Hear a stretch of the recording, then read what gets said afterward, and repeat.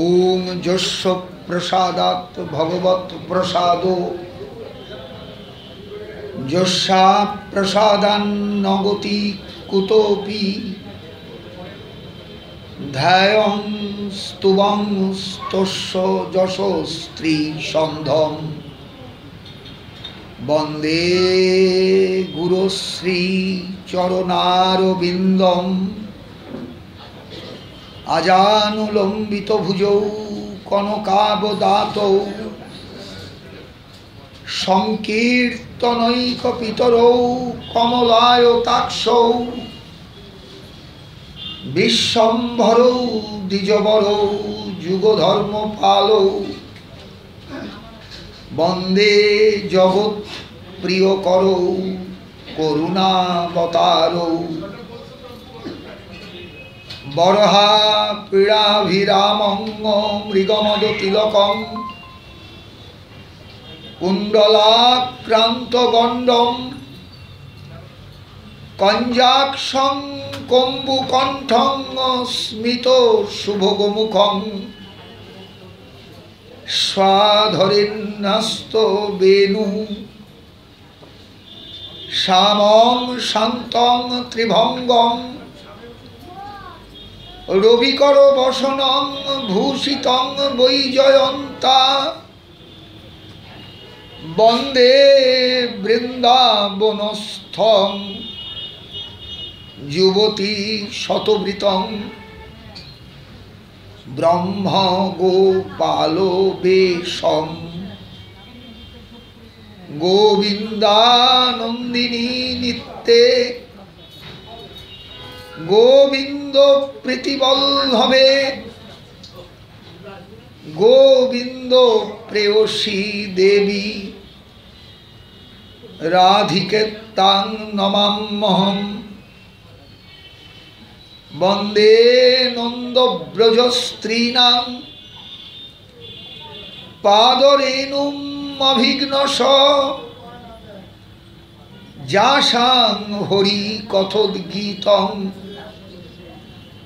पुनाति भुवनत्रयं नारायणं नमस्कृत्य नरं चैव नरोत्तमं देवीं सरस्वतीं व्यासं ततो जयमुदीरयेत्। नमो धर्माय महते नमो कृष्णाय वेधसे ब्राह्मणेभ्यो नमस्कृत्य धर्मान् वक्षे सनातनान् वाञ्छाकल्पतरुभ्यश्च कृपा सिन्धुभ्येव च पतितानां पावनेभ्यो वैष्णवेभ्यो नमो नमः। वृन्दावै तुलसी देव्यै प्रियावै केशवस्य च विष्णु भक्ति प्रदे देवी सत्यवत्यै नमो नमः। तुलसी काननं यत्र यत्र पद्मवनानि च पुराण पठनं यत्र तत्र सन्निहितो हरि तत्रैव गंगा यमुना च तत्र गोदावरी सिंधु सरस्वती च सर्वाणि तीर्थानि वसन्ति तत्र यत्राच्युतोदारो कथा प्रसंग मधुर मधुरमेतन्मंगलं मंगलानां सकल निगम वल्ली सत्फलं चित् स्वरूपं সকৃদপি পরিগীতং শ্রদ্ধয়া হিলয়া বা ভৃগুবর নরমাত্রং তারয়েত কৃষ্ণ নাম মূকং করোতি বাচালং পঙ্গুং লঙ্ঘয়তে গিরিম যৎকৃপা তমহং বন্দে পরমানন্দ মাধবম অনর্পিত চরিং চিরাত করুণয়াবতীর্ণ কলৌ সমর্পয়িতুমুন্নত উজ্জ্বলরসাং স্বভক্তি শ্রিয়ং হরিপুরট সুন্দর দ্যুতিকদম্ব সন্দীপিত সদা হৃদয় কন্দরে স্ফুরতু বহ শচীনন্দন শ্রীরূপ সনাতন ভট্ট রঘুনাথ শ্রীজীব গোপাল ভট্ট দাস রঘুনাথ এই ছয় গোসাইয়ের করি চরণ বন্দন যাহা হইতে বিঘ্ন নাশ অভীষ্ট পূরণ।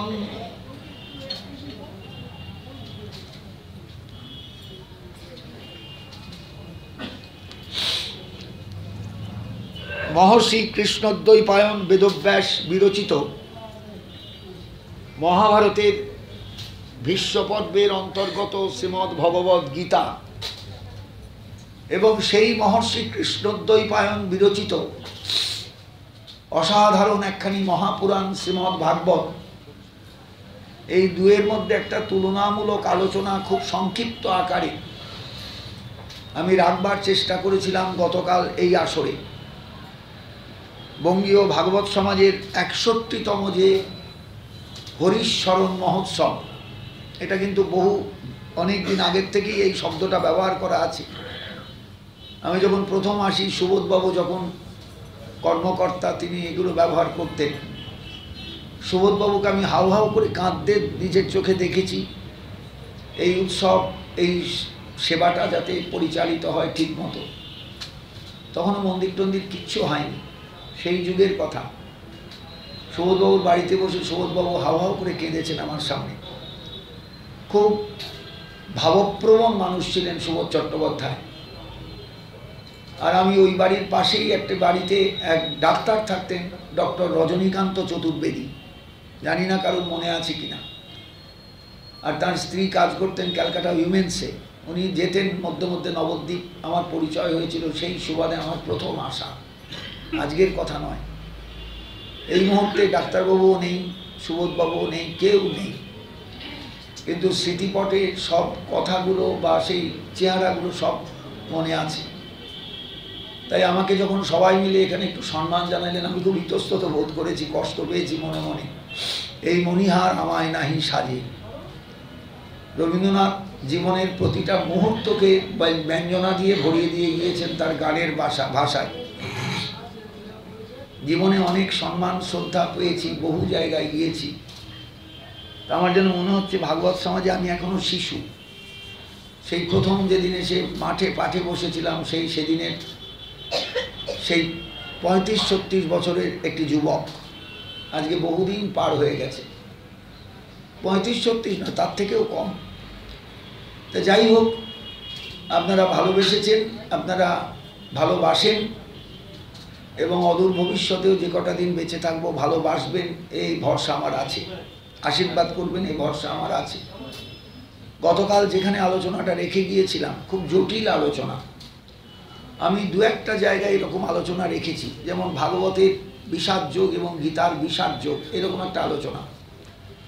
ভাগবতের বিষয়বস্তু এবং গীতার বিষয়বস্তু, এরকম একটা আলোচনা। এই সমস্ত আলোচনাগুলো সচরাচর কিন্তু আমাদের বৈষ্ণব জগতে হয় না বললেই চলে, হয়ই না। কারণ আলোচনা করবার মানুষ কিন্তু এখন নেই বললেই চলে।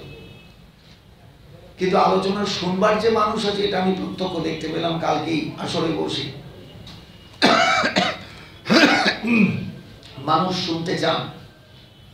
গীতা ভারতবর্ষের এক মূল্যবান সম্পদ কাল বলেছি, শ্রীমদ্ ভাগবত তাই।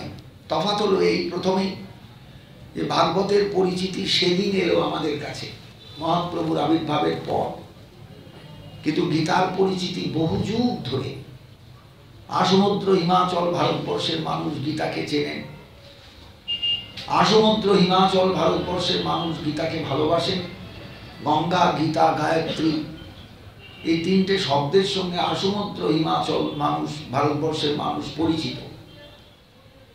গীতাকে বলা হয় মহাপ্রস্থান ত্রয়ের একটি প্রস্থান। আমি আগেও বলেছি অন্য সময়। মহাপ্রস্থান শব্দটা বেদব্যাসের একটা অসাধারণ শব্দ, তিনি প্রয়োগ করেছেন মহাভারতে। শেষ পর্বের আগের পর্বটার নাম রেখেছিলেন তিনি মহাপ্রস্থানিক পর্ব। আমি বহু বছরে জিজ্ঞাসা করেছি মহাপ্রস্থানের বিপরীত শব্দ বলুন তো। সবাই আমতা আমতা করেছেন, এমন কোনো বিপরীত শব্দ মহাপ্রস্থানের হয় না। মহাপ্রবেশ বলে কোনো শব্দ নেই। মহাপ্রস্থান একটাই শব্দ, যার একটাই অর্থ অ্যাবসলিউট ডিপারচার, কমপ্লিট ডিপারচার। আমরা এই সংসারে এসেছি 2-4 দিন খেলাধুলা করতে, একদিন চলে যেতে হবে। কিন্তু চলে যেতে হবে বললেও কিন্তু ব্যাপারটা ঠিক হলো না, আবার আসতে হবে।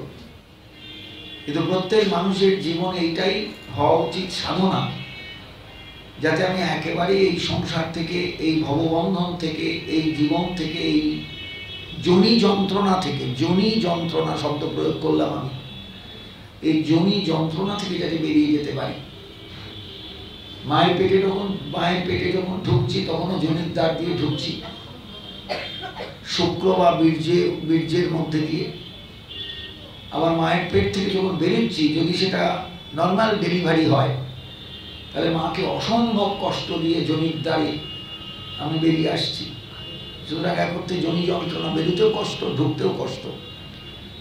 এই যোনি যন্ত্রণার হাত থেকে, যোনি ভ্রমণের হাত থেকে মুক্তি পাওয়া, এগুলো খুব বাস্তবসম্মত কথা। এগুলো কিন্তু কেউ আলোচনা করেন না। বেদব্যাস মহাভারতের শেষ পর্ব, স্বর্গারোহণ পর্ব, তার আগের পর্বের নাম রেখেছে মহাপ্রস্থানিক পর্ব। মহাপ্রস্থানিক পর্ব এই শব্দটার থেকেই মহাপ্রস্থান কথাটা এসেছে, অথবা ঋষিগণের ব্যবহৃত মহাপ্রস্থান শব্দ থেকে বেদব্যাস এই শব্দটাকে টেনে নিয়েছে, মহাভারতে সপ্তদশ পর্বের নামকরণ করেছে মহাপ্রস্থানিক পর্ব। যে কোনো একটা হতে পারে, কারণ বেদব্যাসের আগেও তো ভারতবর্ষে ঋষি সমাজ ছিলেন। বেদব্যাস 5000 বছর আগে, কারণ এই কলি শুরু হয়েছে 5000 বছর, কয়েকশো বছর হবে, 5000 কয়েকশো বছর। তার আগে বেদব্যাসের জন্ম, তারও আগে ছিলেন পরাশর, তারও আগে ছিলেন তার পিতা শক্তি। একটা বিরাট তাদের প্রজন্ম। এই সমস্ত ঋষিগণই এক সময় বুঝেছিলেন এই সংসারের রহস্যটাকে গভীরভাবে অনুভব করে এই জগতে বেঁচে থাকাটাই যন্ত্রণা। যতদূর সম্ভব গুটিয়ে গাটিয়ে এই সংসার থেকে বেরিয়ে যাওয়াটাই হলো জীবনের আসল কর্তব্য, বিশেষ করে মনুষ্য জীবনের কর্তব্য। অন্য জীবনে কিন্তু এগুলো সম্ভবপর হবে না, কারণ অন্য জনিতে গেলে আমার এই জাতীয় সাধনার কোনো যোগ্যতাই থাকবে না। রাজর্ষি ভরত যখন মৃগজীবন লাভ করলেন, শুধু চোখের জল ফেলেছে। মহাভাগবতে 4th স্কন্ধে, 5ম স্কন্ধে রাজর্ষি ভরতের বৃত্তান্ত আছে। তা সেই ভরত ভারতবর্ষের শ্রেষ্ঠ এক রাজা ছিলেন, যার নামে এই দেশটার নাম হয়েছে ভারতবর্ষ। ভারতবর্ষ কিন্তু এই দেশটার নাম প্রথমে ছিল না। এই দেশটার নাম ছিল অজনাভ বর্ষ। সেই অজনাভ বর্ষের নাম পরবর্তীকালে ভারতবর্ষের মানুষ, মানে এই দেশের মানুষ, একটা রাজার দিকে তাকিয়ে শ্রদ্ধাপ্লুত অন্তরে দেশটার নাম পাল্টিয়ে দেয়। যেমন আমরা রাস্তার নাম পাল্টাই, জায়গার নাম পাল্টাই, ঠিক তেমনি নাম রাখা হলো ভারতবর্ষ। কেন? এই রাজার জীবনটাই হলো আমাদের কাছে একটা বিরাট আদর্শ, বিরাট শিক্ষা, বিরাট উপদেশ। রাজা এত বড় সন্ন্যাসী রাজা ছিলেন, এত বড় ত্যাগী রাজা ছিলেন। বানপ্রস্থে চলে গেলেন, ঠিক বানপ্রস্থের সময় একদম পুরো আশ্রমে হিমালয়ে সেখানে তপস্যা করতে করতে যখন তিনি তপকৃষ্ট, হঠাৎ একদিন একটা অস্বাভাবিক ঘটনা তার সামনে ঘটে গেল।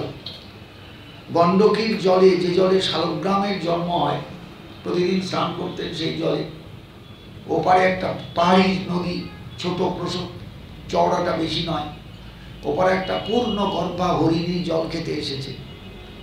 আর পাহাড়ের মাথায় একটা সিংহ একবারে থাবা গেড়ে তার উপর ঝাঁপিয়ে পড়বে, শুধু অপেক্ষা করছে সময়। হরিণী জল খাচ্ছে আর চারদিকে তাকাচ্ছে পাগলের মতো, যে কোথা দিয়ে বিপদটা আসে। ভয়ঙ্কর হুঙ্কার দিয়ে উঠেছে সিংহ, যে এই হরিণী ভয় পেয়ে লাফ দিয়েছে ওপার থেকে এপার, বড় হতে পারে চান করছে। যে লাভ দিয়েছে সেই লাভটা ভয়াবহ লাভ, কারণ সে তখন একবারে চরম ডু অর ডাই এরকম একটা অবস্থায়, হয় মন্ত্রের সাধন নয় মৃত্যু, শরীর পাতক। এবার লাভ দেওয়ার সঙ্গে সঙ্গে পূর্ণগর্ভা হরিণী চরম আঘাতে পেটের উপর চাপ পড়েছে, জনির দাগ দিয়ে চপ করে একটা রক্তের থলি বেরিয়ে গেল। রাজা দেখতে পেলেন স্নান করতে করতে, এবং সেটা ভাসতে ভাসতে ভয়ঙ্কর স্পিডে বেরিয়ে যাচ্ছে একবার। রাজার কি মনে হলো, হরিণীটার দিকে তাকালেন, সে তো জিভ বার করে শেষ হয়ে গেছে, কিন্তু বাচ্চাটার কি হতো? একটা মুহূর্তের মাত্র পিচ্ছিল পথে পা ফেলা, ব্যাস সব শেষ। রাজা নিজেকে ভাসিয়ে দিলেন স্রোতের জলে, সাঁতরিয়ে গিয়ে সেই রক্তের পিণ্ডটাকে, কারণ সবসময় সন্তান থাকে একটা পাতলা প্লাস্টিকের মতন আবরণের ভেতরে, সেটা তখনও ফাটেনি, সেই অবস্থায় উদ্ধার করে নিয়ে এলেন। বুকের তাপ দিয়ে তাকে উষ্ণতা দিলেন, দিয়ে নিয়ে এলেন আশ্রমে, বাচ্চাটাকে বার করলেন। এইবার সেই বাচ্চাটাকে লালন পালন করে বড় করলেন। দিনের পর দিন কেটে গেল, রাজার তপস্যার জগৎ থেকে রাজা ভ্রষ্ট হয়ে গেল। যে জায়গায় পৌঁছেছিলেন ওই পর্যন্ত ইতি হয়ে গেল, তারপরে আর রাজার কিছু নেই। এইবার রাজার যখন মৃত্যু সময় এলো, রাজা তখন ভাবছেন হরিণটা তার কেমন আছে। এই ভাবতে ভাবতেই মৃত্যু। গীতায় ভগবান লিখছেন, জং জং বাপি স্মরণ ভাবং তজন্তন্তে কলে গরম তমে বৈতি কন্তে সদা তদ্ভাব ভাবিত। অর্জুন, মৃত্যুকালীন মুহূর্তে যিনি যা চিন্তা করতে করতে জগৎ থেকে যাবে, পরবর্তী জীবনে সেই ভাবনা নিয়েই তাকে জগতে আসতে হবে। তাহলে পুনর্জন্ম আমাদের শাস্ত্র সিদ্ধ ব্যাপার, আসতেই হবে। এইটাই হলো সবচেয়ে বড় বড় খতরনাক ব্যাপার। আমরা কেউ এগুলো চিন্তা করি না, মনে করলাম শ্রাদ্ধ করেছি বাবা মুক্তি পেয়ে গেছেন, গয়ায় দিয়েছি ডবল মুক্তি পেয়ে গিয়েছেন। কিছুই হয় না, কর্মফলটা যাবে কোথায়? এগুলো তো আমার দিক থেকে কর্তব্য করলাম আমি, কিন্তু তার জায়গায় তিনি আছেন, আমার জায়গায় আমি আছি। কারোর সঙ্গে তো কারো সেই সম্পর্ক নেই। রাজা হরিণীর পেটে জন্মালেন মধ্য ভারতের কালিঞ্জর পর্বতে, এক জঙ্গলে। কোথায় মধ্য ভারত, কোথায় হিমালয়ের পুলহ আশ্রম, পুলহ আশ্রম, পুলহ ঋষির যেখানে তপস্যা ক্ষেত্র। এইবার সেই মৃগ একটু বয়স যেই হলো, জাতিস্বর হয়ে গেল। হঠাৎ সে বুঝতে পারলো তার পূর্বজীবন কোথায় ছিল, কি ছিল। এইবার সেই মৃগ সাপদ প্রাণী চোখ এড়িয়ে, নখ এড়িয়ে, থাবা এড়িয়ে কি করে যে পুলহ আশ্রম পর্যন্ত এলো, এটা একটা মানে কল্পকাহিনী। এবার এসে পৌঁছলেন, নিজের জায়গাটা দেখছে না, ঝরঝর করে কাঁদছে। এই হলো বিষাদ যোগ, হাও হাও করে কাঁদছে, হরিণের চোখ দিয়ে জল পড়ছে। হায় হায়, আমার সব পড়ে আছে, শালগ্রাম শিলা পড়ে আছে, কুশাসনটা পড়ে আছে, হরিণের চামড়াটা পড়ে আছে, যেটার ওপর বসে তপস্যা করতে, সব পড়ে আছে, কিন্তু তিনি নেই, তিনি হরিণ। এই অবস্থায় কেটে গেল হরিণ জীবন। ওই আশ্রমের চত্বরেই রইলেন, বাইরে কোথাও নয়। আশ্রমের আশেপাশে যে সমস্ত ঋষিদের আশ্রম ছিল, তাদের পাতের প্রসাদ, এঁটো প্রসাদ খেতেন, ওইভাবেই জীবনটাকে কাটিয়ে দিলেন। যেদিন বুঝলেন মৃত্যু সন্নিকটবর্তী, সেদিন গণ্ডকীর জলের মধ্যে আধখানা দেহ ভাসিয়ে দিলেন, আধখানা দেহ মাটিতে রইল, দেহত্যাগ করলেন। জন্মালেন তৃতীয় জীবনে পাঞ্জাবের বিপাশা নদীর তীরে এক ব্রাহ্মণের দ্বিতীয় পক্ষের স্ত্রীর গর্ভে। কোথাও থেকে কোথায়, তাহলে এবার বুঝতে পারছেন যে আমি এই জনি থেকে চলে গেলেই যে ছাড়া পেয়ে যাব তা নয়, কর্মফল আমাকে ছাড়বে না।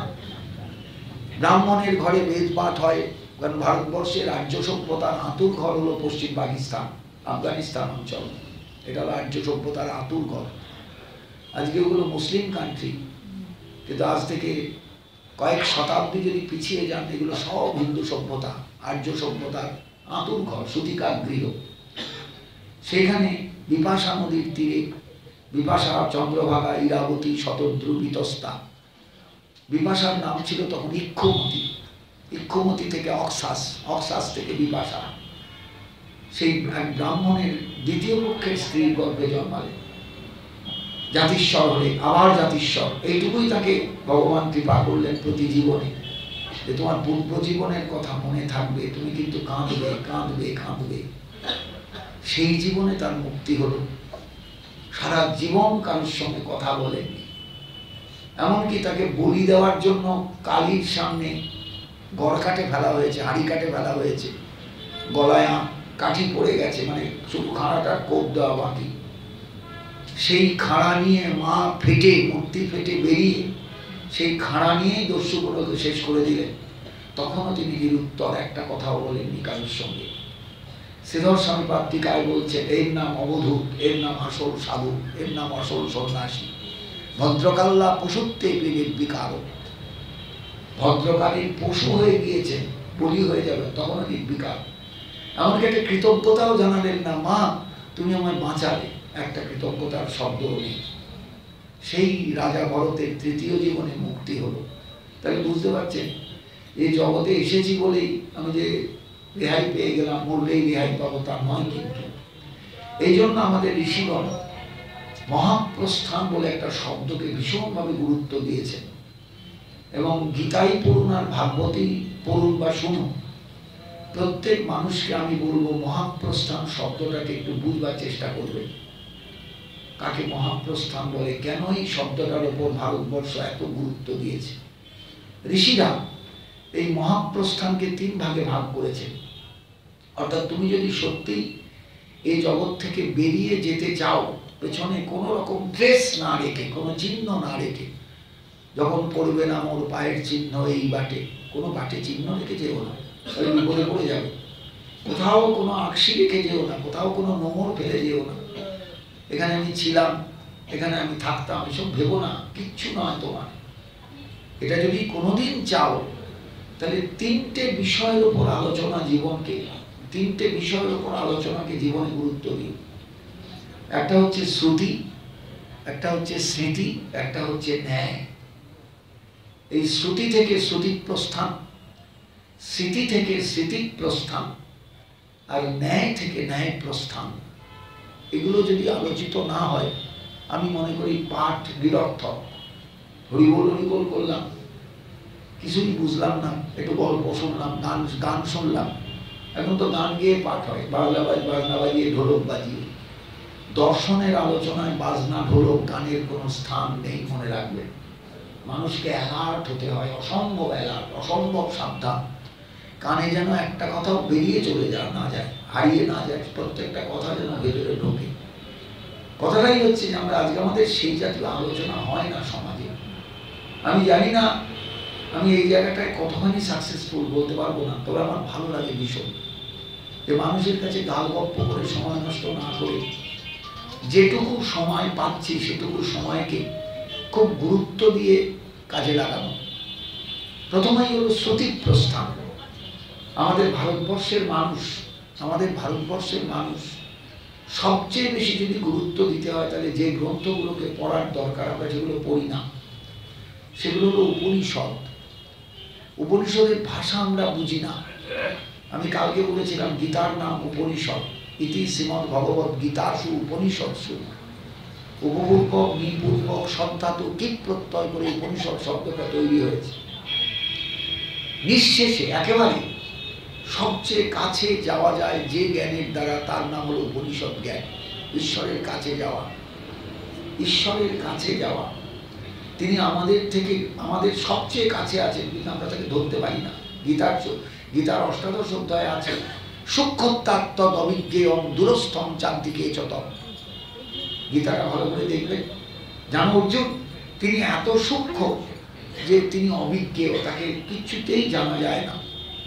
তিনি এত দূরস্থ, তাকে ধরা যায় না। তিনি আবার এত নিকটস্থ, জানতে পারলে তখন চোখে জল আসে। আমার হিয়ার মাঝে লুকিয়েছিলে, দেখতে আমি পাইনি। তখন ঝরঝর করে ভক্ত কাঁদে, তুমি তো আমার ভেতরেই ছিলে, আমি কেন খুঁজিনি তোমাকে এতদিন? আমি তোমায় মন্দিরে খুঁজতে গিয়েছি, গির্জায় খুঁজতে গিয়েছি, মসজিদে খুঁজতে গিয়েছি, ছি ছি ছি ছি ছি, তীর্থে খুঁজতে গিয়েছি, কোথাও তো খোঁজার দরকার নেই। আমার হিয়ার মাঝেই তো ছিলে। অন্তিকে ছোটক, অন্তিকে মানে নিকটে। তাহলে সবচেয়ে দূরস্থ, সবচেয়ে দুর্গেয়, সবচেয়ে নিকটে। এই সবচেয়ে নিকটের যিনি, তাকে জানতে গেলে যে গ্রন্থগুলোকে খুব ভালো করে নাড়াচাড়া করা দরকার, তার নাম হলো উপনিষদ। বেদের অন্তভাগ, বেদান্ত কালকে বলেছিলাম। বেদের অন্তভাগ মানে শেষ ভাগ। বেদটা হলো কর্মকাণ্ডের মন্ত্রগুলো, আর জ্ঞানকাণ্ডের বিষয় হলো উপনিষদ। কাল আবার বলি, কালকে বলেছি আবার বলি, এই জ্ঞানটা জীবনে প্রত্যেকের দরকার, প্রত্যেকের দরকার। আমরা মরেছি কোথায় জানেন? আমাদের জ্ঞান নেই। আমার আজকে একটা বড় আনন্দের দিক। আমি কালকে বলেছিলাম না, ওয়ারেন হেস্টিংস প্রথম ভূমিকা লিখেছিলেন। ভাবতে পারবেন, একটা কুখ্যাত মানুষ, ভারতবর্ষে যিনি কুখ্যাত মহারাজ নন্দকুমারকে ফাঁসি দিয়েছিলেন। কলকাতার ব্রাহ্মণেরা একদিন উপবাসী ছিলেন এই অসাধারণ দুষ্কর্মের জন্য, ওয়ারেন হেস্টিংসের। তার জন্য উপবাস করেছিলেন কলকাতার মানুষ, গঙ্গা স্নান করে এসে। না, আজকে নন্দকুমারের মতো ব্যক্তির ফাঁসিটা কখনোই মার্জনীয় নয়। সেই ভদ্রলোক, সেই ওয়ারেন হেস্টিংস, পরবর্তীকালে গীতার প্রথম ইংরেজি ভূমিকা লেখেন। আমি কাল একটুখানি বলেছিলাম না? আর সেই ভূমিকাটা আজ আমার হাতে সম্পূর্ণ চলে এলো। যে ভদ্রলোক দিলেন, তিনি এখানে বসে আছেন। এটাই হলো, যে খায় চিনি তাকে যোগান চিন্তামণি। আমি অবাক হয়ে গেছি। আমি চিন্তা করছি, লোক খুঁজে বেড়াচ্ছি যে কাকে আমি এশিয়াটিক সোসাইটিতে পাঠাবো এই সম্পূর্ণ ভূমিকাটা লিখে আনবার জন্য। অথবা কাউকে আমাকে ভর করতেই হবে, নাহলে পারবো না। আমি তো কলকাতায় থাকি না। কিন্তু আজকে পুরো কপিটাই আমার হাতে এসে গেছে। এবং শুধু নয়, রিরাইট করা কপি। ওয়ারেন হেস্টিংসের ইংরেজি ভাষা আমি বুঝতে পারবো না। 200 বছর আগের ইংরেজি ভাষা, ভাবতে পারেন? যে খায় চিনি তাকে যোগান চিন্তামণি। 1784 সালে চিঠিটা লেখা। আর এই চিঠিটাই হচ্ছে গীতার ভূমিকা, প্রথম ইংরেজি গীতার ভার্সানের ওপর ভূমিকা। 36টা ভাষায় প্রায় গীতা অনুদিত হয়েছে, প্রত্যেকটাই ভূমিকা আছে। কিন্তু ভারতবর্ষে একজনা কুখ্যাত, ইউরোপে কুখ্যাত সেই ওয়ারেন হেস্টিংস গীতার ভূমিকা লিখছে। মানে গীতা পড়েছেন তিনি, না পড়লে ভূমিকা লেখা যায় না। এবার ভাবুন এইবার, যে আমরা এগুলো দেখি না, পড়ি না, জানি না, শুনি না, অনুভব করি না কিচ্ছু। আমাদের ভারতবর্ষে কত সম্পদ আছে, কত ছড়ানো আছে। তার ছেলে কপি করে দিয়েছে, তার ছেলে শুনে নিজে কপিটা করেছে আগে। সেটা ভাষাটা ওয়ারেন হেস্টিংসের ভাষা, এটা 200 বছর আগের ইংরেজি ভাষা। তার টাইপগুলো আলাদা, এর কেস পড়তে হবে। আমি তো পারতাম না, আমি তো গন্ডগোলে পড়ে যেতাম, কি এটা শব্দটার মানেটা কি। কিন্তু সে সম্পূর্ণ রিরাইট করে আমার একটা কপি করে দিয়েছে, বাবার মাধ্যমে পাঠিয়েছে। আজকেই পেয়েছে, কালকে বলেছে, আজকে পেয়ে গেছে। ভাবতে পারবেন বিষয়টা? এর নাম হলো কৃপা। আমি বুঝিয়ে দিল কৃপা, যে এটা আমি সবারই কাছে দেখাতে পারবো যে তোমরা গীতা পড়ো না। দেখো, গীতার ভূমিকা লিখছেন, প্রথম ইংরেজি ভার্সানের ওপর ভূমিকা লিখছেন ওয়ারেন হেস্টিংস। এই দেখুন, সব শেষে হেস্টিংস সাহেবের সই করা পর্যন্ত আছে। চিঠি লিখছেন, চিঠির মধ্যে দিয়ে এই ভূমিকা। এই দেখুন, your most obedient and most humble servant Warren Hastings. বুঝতে পারছেন? ভারতের প্রথম ভাইসরয়, যিনি কুখ্যাত ভারতবর্ষে মহারাজ নন্দকুমারকে ফাঁসিতে লটকিয়েছিলেন। যাক, সে কথা। এই গীতা হলেন সেই উপনিষদের সারাংশ। যত উপনিষদ, সবকিছুর সারাংশ। এই জন্য গীতাকে উপনিষদ বলা হয়। মহাপ্রস্থানের প্রথম প্রস্থান। আপনি যদি উপনিষদ নাও পড়তে পারেন, সবারই পক্ষে উপনিষদ পড়া সম্ভব না। এখানে গাইড চাই। গাইড না হলে আপনি উপনিষদ পড়তে পারবেন না। কলকাতার হরফ প্রকাশনী বলে একটা প্রকাশনী, এরা মুসলিম প্রকাশনী, এরা কিন্তু মুসলমান। তারা উপনিষদগুলো সব বার করেছিল। আমি হরফের সব বইগুলো কিনেছিলাম। বাংলা ভাষায় উপনিষদ পাওয়া যায়, আমি জানি না এখন হরফের বই পাওয়া যায় কিনা। এটা মুসলিম প্রকাশনী সংস্থা, নাম হরফ। সেই হরফে আমি প্রথম এই উপনিষদগুলো দেখি। আমার বাবার একটা কালেকশন আছে, 108টার ওপর উপনিষদের কালেকশন। 10-12টা উপনিষদ না, 108টার উপর উপনিষদের কালেকশন। যে উপনিষদগুলো এখন প্রায় বলতে গেলে out of print, out of notice, মানুষ আর জানেও না। তো এই সমস্ত উপনিষদ পড়া মানুষের পক্ষে সম্ভব নয়, কিন্তু উপনিষদের সারাংশ গীতাটা তো পড়া সম্ভব, কিন্তু আমরা গীতাটাও ভালো করে পড়ি না। তাহলে প্রথমে হলো শ্রুতিক প্রস্থান, অর্থাৎ উপনিষদগুলো জানা দরকার। দ্বিতীয় হলো স্মৃতিক প্রস্থান। স্মৃতি মানে কিন্তু স্মৃতিশাস্ত্র নয়, স্মৃতি মানে হলো স্মরণ। আমি জগতে চলছি, সংসার পথে চলছি, এই সংসার পথে চলমান অবস্থায় আমার সবচেয়ে স্মরণীয়টা কি? ছেলে, বউ, মা, বাবা, টাকা পয়সা, খ্যাতি, সম্মান, যশ বলে কোনোটাই নয়। স্মৃতিক প্রস্থানই হলো গীতা। জীবনে চলার পথে প্রতিটা পদক্ষেপে যে গ্রন্থের ভাষাটা সবসময় আমার স্মরণে থাকা দরকার, যাতে আমার পদক্ষেপটা শুদ্ধ হবে, পদক্ষেপটা যথার্থ হবে, সেই গ্রন্থখানি হলেন শ্রীমদ্ ভগবদ্ গীতা। এই জন্য তার নাম স্মৃতিক প্রস্থান। তার মানে বুঝতে পারছেন, আমরা গীতা পড়ি না, স্মরণ তো দূরের কথা। প্রত্যেক মুহূর্তে যদি আপনি গীতাকে স্মরণ করে চলেন, আপনার টোটাল লাইফটাই কিন্তু সিকিউর হয়ে যাবে, আপনার টোটাল লাইফটাই কিন্তু খুব শুদ্ধ হয়ে যাবে, একদম শুদ্ধ হয়ে যাবে। আপনাকে আলাদা করে কিছু ভাবতে হবে না, শুধু গীতার নির্দেশ অনুযায়ী পাগুলো ফেলে চলুন, তাহলেই যথেষ্ট, তাহলেই যথেষ্ট। কিন্তু তার জন্য ধরো এই 700 শ্লোক আপনার বোঝা দরকার। ব্যাপারটা বুঝতে পারছেন? এই 700 শ্লোক বোঝা দরকার, এবং বুঝতে গেলে স্টেপ বাই স্টেপ বুঝতে হবে। বিষাদ যোগ বুঝতে হবে, আত্মজ্ঞান যোগ বা সাংখ্য যোগ বুঝতে হবে, কর্মযোগ বুঝতে হবে, জ্ঞানযোগ বুঝতে হবে। এটা আগে এলো না কেন, এটা পরে গেল না কেন, এটা বুঝতে হবে। যে আগে যদি আপনি বিষাদ না হন, বিষণ্ণ না হন, আপনার কাছে আত্মজ্ঞানের কখনোই আবির্ভাব হবে না। মানুষের জীবনে সবচেয়ে আগে দরকার বিষাদ।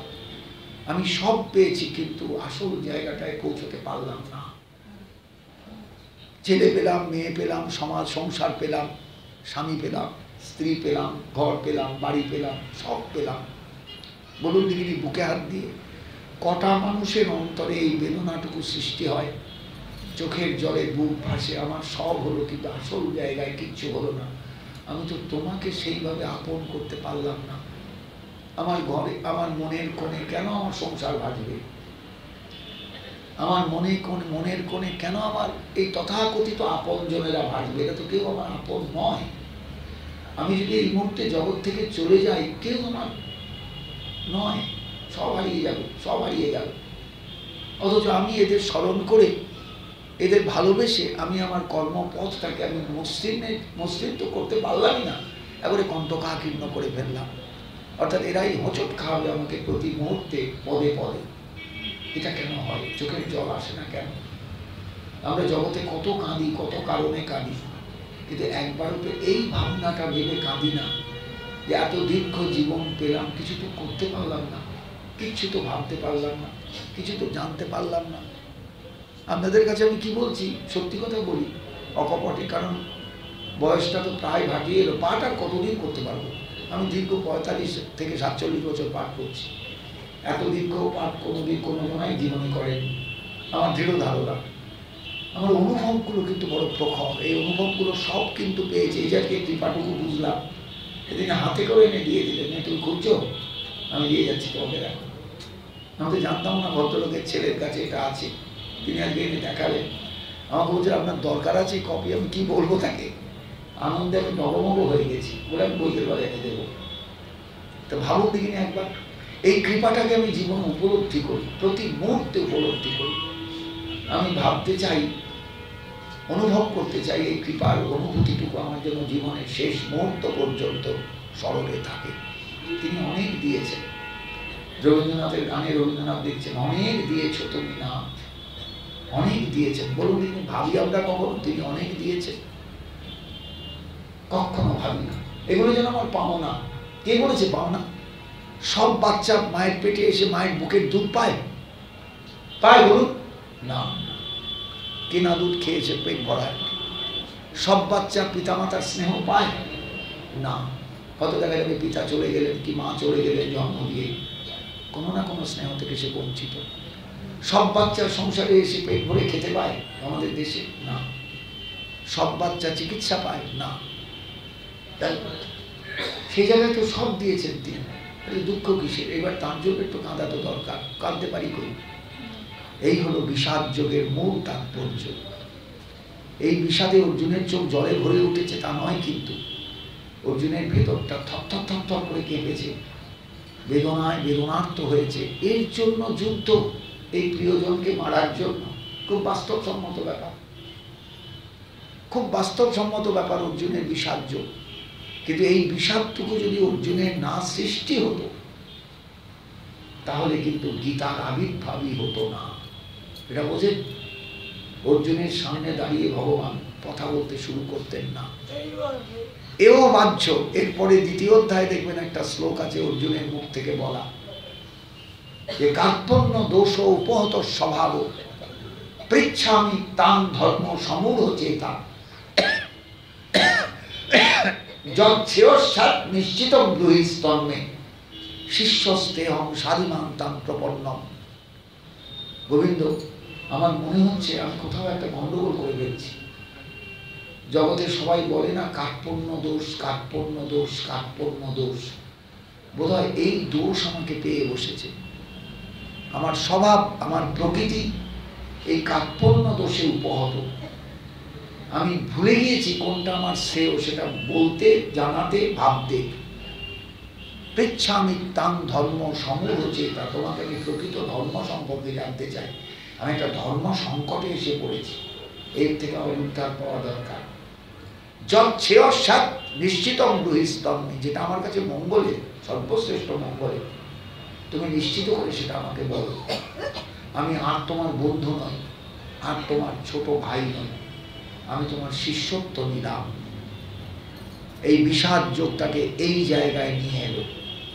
অর্জুনের পরিবর্তনটা হলো, বন্ধুত্ব চলে গেল, ভ্রাতৃবোধ চলে গেল। তিনি শিষ্যরূপে গোবিন্দের চরণে আত্মসমর্পণ করলেন। এই আত্মসমর্পণটা যদি জীবনে বিষাদ যোগ থেকে উদ্ভূত না হয়, তাহলে কোনোদিন মানুষের সামনে জ্ঞানের দরজাটা খোলে না, কোনোদিন খুলবে না। আপনি অনেক পড়বেন, অনেক জানবেন, কিন্তু ভেতর থেকে এই আত্মসমর্পণটা ভীষণ দরকার, ভীষণ দরকার। বুঝতে পারছেন ব্যাপারটা? এইগুলো দ্বিতীয় প্রস্থান, স্মৃতিক প্রস্থান। জীবনের প্রতিটা মুহূর্তে আপনি দুঃখে সুখে, সেই রবীন্দ্রনাথের ভাষায় বলি, পতন অভ্যুদয় বন্ধুর পন্থা যুগ যুগ ধাবিত যাত্রী। আমরা প্রতি মুহূর্তে চড়াই উত্তরাই ভেঙে চলছি, কখনো চড়াই কখনো উত্তরাই, কখনো পতন কখনো অভ্যুদয়। এই চরম রাস্তায় চলতে চলতে প্রতি মুহূর্তে কিন্তু গীতার শ্লোক, গীতার ভাষা, গীতার সিদ্ধান্তটা স্মরণে রাখা দরকার। এই স্মরণময় প্রস্থান বলেই তার নাম স্মৃতি প্রস্থান। স্মৃতি মানে স্মরণ, এলো দ্বিতীয় প্রস্থান। এইবার সারা জীবন আপনি স্মরণ করে একটা জায়গায় পৌঁছবেন। আপনার সংসার শেষ হলো, বুঝতে পারছেন ওপারের ডাক আসছে আপনার কাছে। মানুষ কি বুঝতে পারে না? বুঝতে পারে, কিন্তু মায়া কাটাতে পারে না। কিন্তু প্রত্যেক মানুষই বুঝতে পারে ওপারের ডাক আসছে। আমার কিন্তু এই জগতে আর নয়, হেতা নয়, হেতা নয়, অন্য কোনো কোথাও, অন্য কোনোখানে আমার এবার যেতে হবে। এই ডাক যখন আসে, তখন মানুষকে একবারে সেই অর্জুনের লক্ষ্যভেদের মতো, পাখির চোখের মতো, তখন একটা বস্তুকে দৃষ্টি নিবদ্ধ করতে হয়। সেই বস্তুটি হলেন ব্রহ্ম, ঈশ্বর, ভগবান। যাই হোক তাই হোক, আমার আর দৃষ্টি যেন কোনো দিকে না যায়। বুঝতে পারছেন? এবং এই দৃষ্টিটা নিবদ্ধ না করলে মৃত্যুকালীন মুহূর্তে তিনি কিন্তু আপনার সামনে এসে দাঁড়াবেন না। যেটা ভরতের জীবনে হয়েছে, ভরতের সামনে হরিণ এসে দাঁড়িয়ে গেছে সে স্মৃতির মধ্যে। ওই তার ধ্যেয় বস্তুটা তো দাঁড়াননি, তার সাধনার বস্তুটা তো দাঁড়াননি, কারণ তিনি এখানে দ্বিচারিতা করেছেন, সংসার ছেড়ে এসেছেন, সব ছেড়ে এসেছেন। তা হরিণটা ভেসে গেছে, তার দিকে তাকানোর দরকার কি আছে? কত সংসারে কত কিছু অশান্তি তো আমার চোখের সামনে হয়ে যাচ্ছে। আমি কি তার ঠিকাদার যে সেগুলোকে আমি সামলাবো? ব্যাপারটা বুঝেছেন? মুহূর্তের দুর্বলতায় রাজা গেলেন একবারে হারিয়ে, বুঝিয়ে দিয়ে গেলেন তার জীবন দিয়ে, আমার জীবনে লোভিয়া জীবন জাগরে সকল দেশ। বুঝবার চেষ্টা করো, জানবার চেষ্টা করো, ভাববার চেষ্টা করো। মৃত্যুকালীন মুহূর্তে যেন অন্য কোনো স্মৃতি এসে তোমার সামনে না দাঁড়ায়, যেন তিনি এসে দাঁড়ান, যেভাবেই দাঁড়ান তিনি, তাকে বরণ করে নিও। এই যে লক্ষ্য স্থির করা। অর্জুন তুমি কি দেখছো? যেমন সবাই, সব ভাইরা বললেন আপনাকে দেখছি, ওই কৌরবদের দেখছি, পাণ্ডবদের দেখছি। অর্জুন বললেন আমি কিচ্ছু দেখছি না, শুধু পাখির চোখটা দেখছি। বলে আর কিছু? বলে আর কিচ্ছু নেই চোখের সামনে, আমার চোখের সামনে কিচ্ছু নেই, শুধু পাখির চোখটা দেখছি, দেবে চোখটা কেটে ভালো। মুহূর্তের মধ্যে লক্ষ্য ভেদ হয়ে গেল। দ্রোণাচার্য জানিয়ে দিলেন সবারই সামনে, এই দেখো কত বড় তীরন্দাজ, কত বড় ধনুর্ধর অর্জুন, সবারই সামনে। সবাই জানেন মহাভারতের গল্প, এগুলো গল্প নয়, এগুলো সবই কিন্তু তাত্ত্বিক ব্যাপার। যে জীবনের চরম মুহূর্তে যেন লক্ষ্য ভেদ হয়, লক্ষ্য যেন এদিক ওদিক না সরে যায়, এই লক্ষ্য ভেদটা দরকার। এই হলো ন্যায় প্রস্থান, বেদান্ত দর্শন। বুঝতে পারছেন ব্যাপারটা? আমি যে দুখানা গ্রন্থ নিয়ে এসেছি এর মধ্যে তিনখানা তত্ত্বই আছে। অর্থাৎ গীতার মধ্যে শ্রুতি প্রস্থান, স্মৃতি প্রস্থান দুটোই, কারণ গীতা হলেন উপনিষদের সার। তাহলে এর মধ্যে দুটো আছে, এটা ন্যায় প্রস্থান। তাহলে এবার তফাৎ কতটুকু? তফাৎ হলো এই, আলোচনা করতে গেলে আলোচনাটাকে এইভাবে রাখতে হবে যে গীতা হলো আমাদের যতদিন চলছি সংসারে, নিঃশ্বাস প্রশ্বাস ফেলছি, ছেলের মুখে আহার্য যোগাচ্ছি, মেয়ের মুখে আহার্য যোগাচ্ছি, ছেলের বিয়ে দিচ্ছি, মেয়ের বিয়ে দিচ্ছি, নাতি পুতিতে ঘর ভরে গেছে, তাদের নিয়ে হই হুল্লোড় করছি, যাই করি আর তাই করি, সব কিছুর মধ্যে কিন্তু আমার ঈশ্বর স্মরণটা যেন হারিয়ে না যায়। তস্মাৎ সর্বেষু কালেষু যোগযুক্ত ভবার্জুন। অর্জুন তুমি যোগযুক্ত হও। এই যোগযুক্ত মানে কি? নাক টিপে বসে থাকো, ঠাকুর ঘরে 3 ঘন্টা কাটাও, মালাই গাঁতো, মালাই গাঁতো, মালাই গাঁতো না, কিচ্ছু নয়। আমার স্মৃতিপটে যেন আর কিচ্ছু না থাকে। এহ বাহ্য সব এগুলো ফালতু, এগুলো জগতে অভিনয় করে যেতে হবে।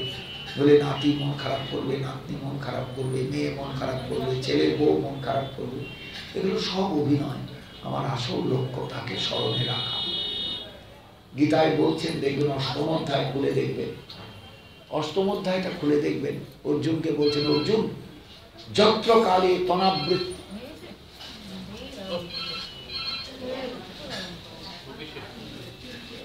যত্র কালে তনাবৃত্তিম আবৃত্তিম চৈব যোগিন প্রয়াতা জান্তিতং কালং বক্সামি ভারতর্ষভ অগ্নির জ্যোতিরহ শুক্ল ষণ্মাসা উত্তরায়ণ তত্র প্রয়াতা গচ্ছন্তি ব্রহ্ম ব্রহ্মবিদো জনা ধূম রাত্রিস্তথা কৃষ্ণ ষণ্মাসা দক্ষিণায়ন তত্র চান্দ্রমসং জ্যোতি যোগী প্রাপ্য নিবর্ততে শুক্লে কৃষ্ণে গতিচ্ছেদে জগত শাশ্বতী শাশ্বতে মতে একয়া জাত্যয়া বৃত্তির অন্যয়া বর্ততে পুনঃ নইতে স্মৃতি পার্থ জানন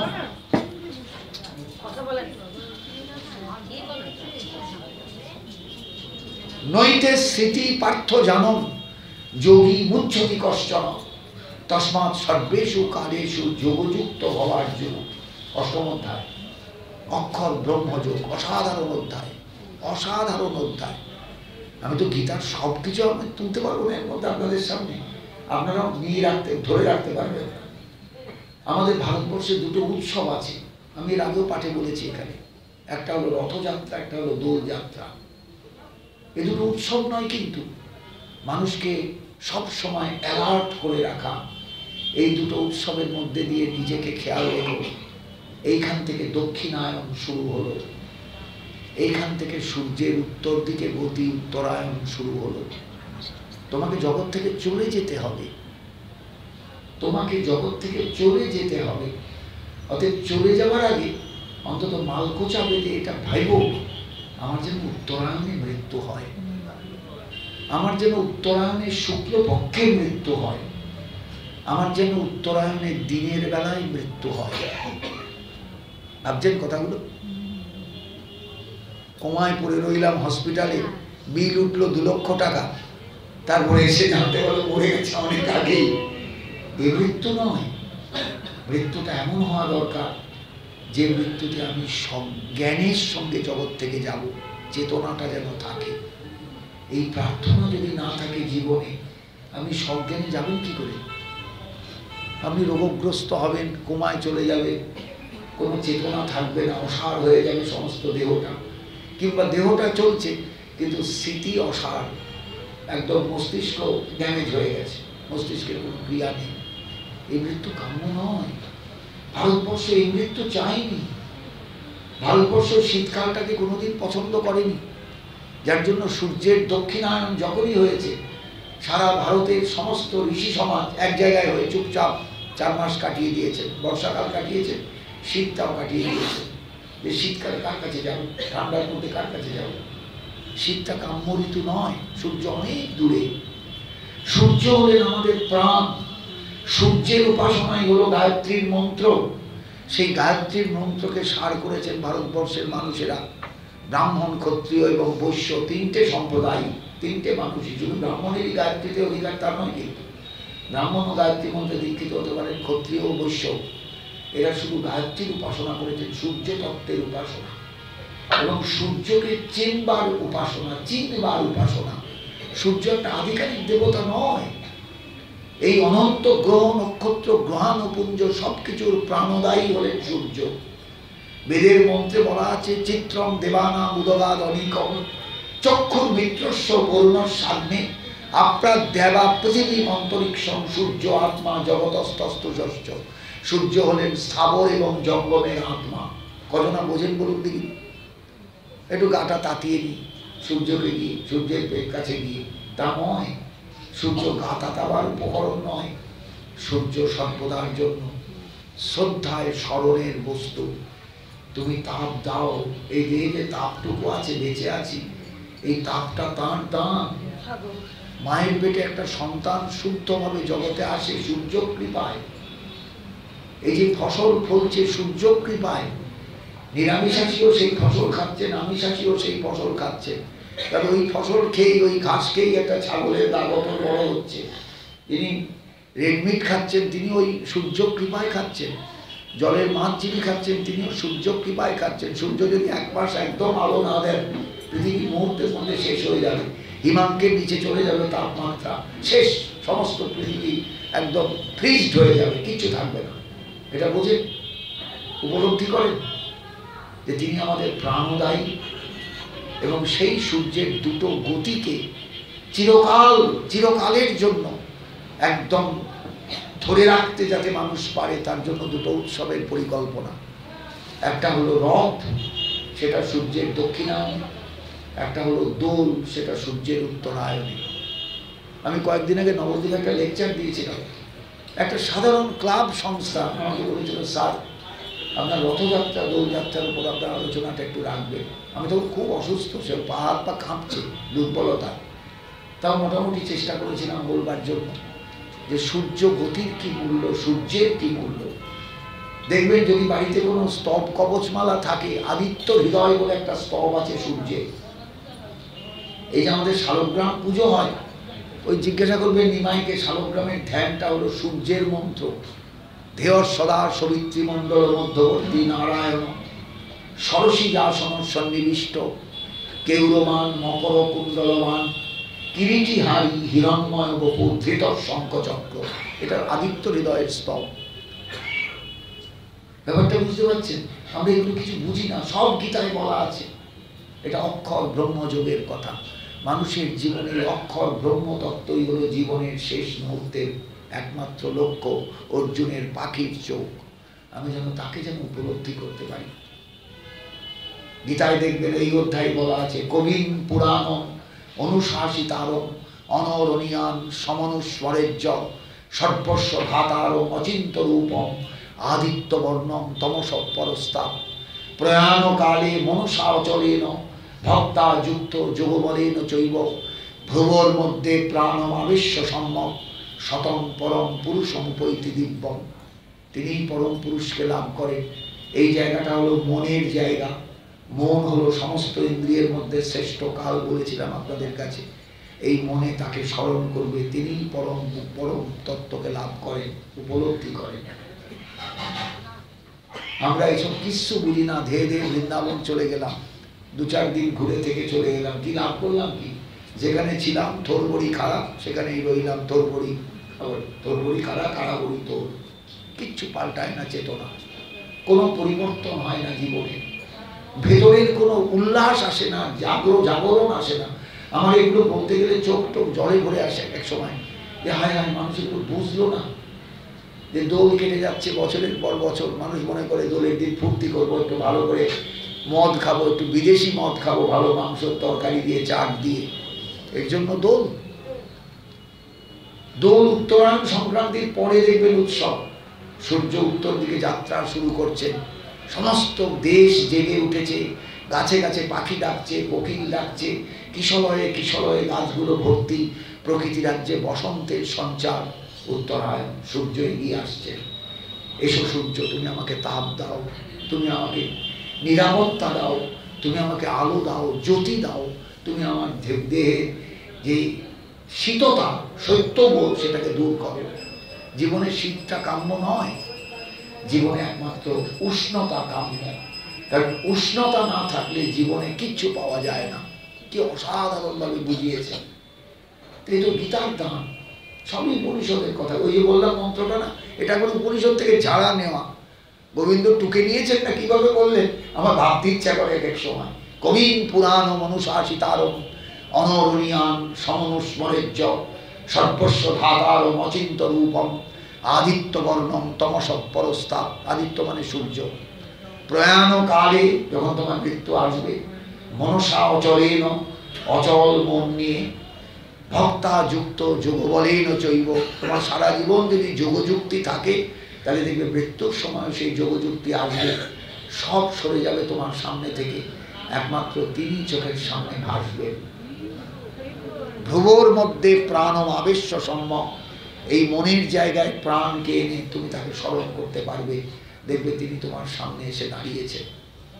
যেমন ভীষ্মের সামনে গোবিন্দ এসে দাঁড়িয়েছিলেন পায়ের কাছে, তিনি তো মাথা ঘোরাতে পারবেন না, তাদের পায়ের কাছে এসে দাঁড়িয়েছে। বিশ্ব করজোরে হাতও এক করতে পারছেন না, তখন তো সমস্ত হাত স্টিপ হয়ে গেছে, স্তব করছেন। ভাগবতে অসাধারণ একটি স্তব আছে, ভীষ্মের স্তব। কি করে না, আমি এখন বলবো না, উত্তরায়ণ আসুন। উত্তরায়ণ নয় শুধু, সূর্য উত্তর দিকে যাচ্ছেন, 6টা মাস, পৌষ মাসে সংক্রান্তি হয়ে গেল, মাঘ ফাল্গুন চৈত্র বৈশাখ জ্যৈষ্ঠ আষাঢ়, এই 6টা মাস উত্তরায়ণ।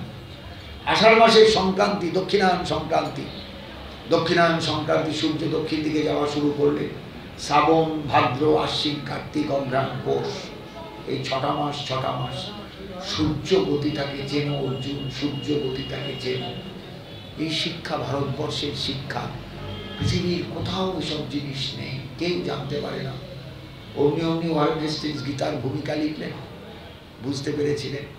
শুধু ওয়ারেন হেস্টিংস কেন, কত বড় বড় মনীষী, রমারোলা থেকে আরম্ভ করে, ম্যাক্স মুলার থেকে আরম্ভ করে, জার্মান, আমি নামটা ভুলে যাচ্ছি, খুব নাম করা একজন মনীষী, গীতা পড়ে মুগ্ধ হয়ে বলছেন এটা হিন্দু ধর্মের গ্রন্থ নয়, এটা হিন্দু ধর্মের গ্রন্থ নয়, এটা মানুষের গ্রন্থ, যে কোনো মানুষই এটা এর উপকার পাবে যদি এই গ্রন্থটাকে ফলো করে যায় জীবনের প্রতিটা পদক্ষেপ। এর নাম স্মৃতিপ্রস্থান। তাহলে বুঝতে পারছেন, এইবার এই প্রস্থানকে স্মরণ করে যখন আপনি একটা কমপ্লিট ম্যান হয়ে দাঁড়াবেন, যেটি টাকা আছে, পয়সা আছে, গয়নাগাটি আছে, এর নাম কমপ্লিট ম্যান নয়।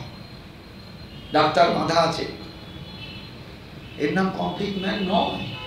স্থিতপ্রজ্ঞের লক্ষণটা 2য় অধ্যায়ে পড়বেন। অর্জুনের সামনে কাকে চাইছেন ভগবান সত্যিকারের মানুষ? অর্জুন প্রশ্ন করেছেন, গোবিন্দ সুযোগটা নিয়ে দিলেন।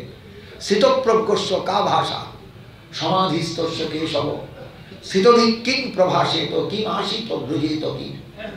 গোবিন্দ, তোমার কথায় আত্মতত্ত্ব জ্ঞানী এবং বুদ্ধিযোগ সম্পন্ন মানুষ সম্ভবত স্থিতপ্রজ্ঞ মানুষ, জগতে সে স্থির। যতই সমুদ্র উত্তাল হোক না কেন, সে কিন্তু অচঞ্চল। দুঃখেষু অনুদ্বিগ্নমনা সুখেষু বিগত স্প্রিয়। তাকে আমি কি বলে ডাকবো? স্থিতপ্রজ্ঞ। অর্জুন প্রশ্ন করলেন, স্থিতপ্রজ্ঞস্য কা ভাষা। এইরকম মানুষের কথা কেমন হয়, তাদের চরিত্র কেমন, তাদের সমাধি কেমন হয়, সেই স্থিতধি কেমন ভাষায় কথা বলেন, কি মাসিত কেমন করে জীবন কাটান, চলেন কেমন করে, বুঝতে পারছেন? এই হলো গোবিন্দের আসল মানুষ যা তিনি চেয়েছেন। আমরা এগুলো কখনো গীতার ভাষা থেকে বুঝবার চেষ্টা করি না। অর্জুন এইরকম মানুষ আমার চাই, এইরকম মানুষ চাই। কে মানুষ?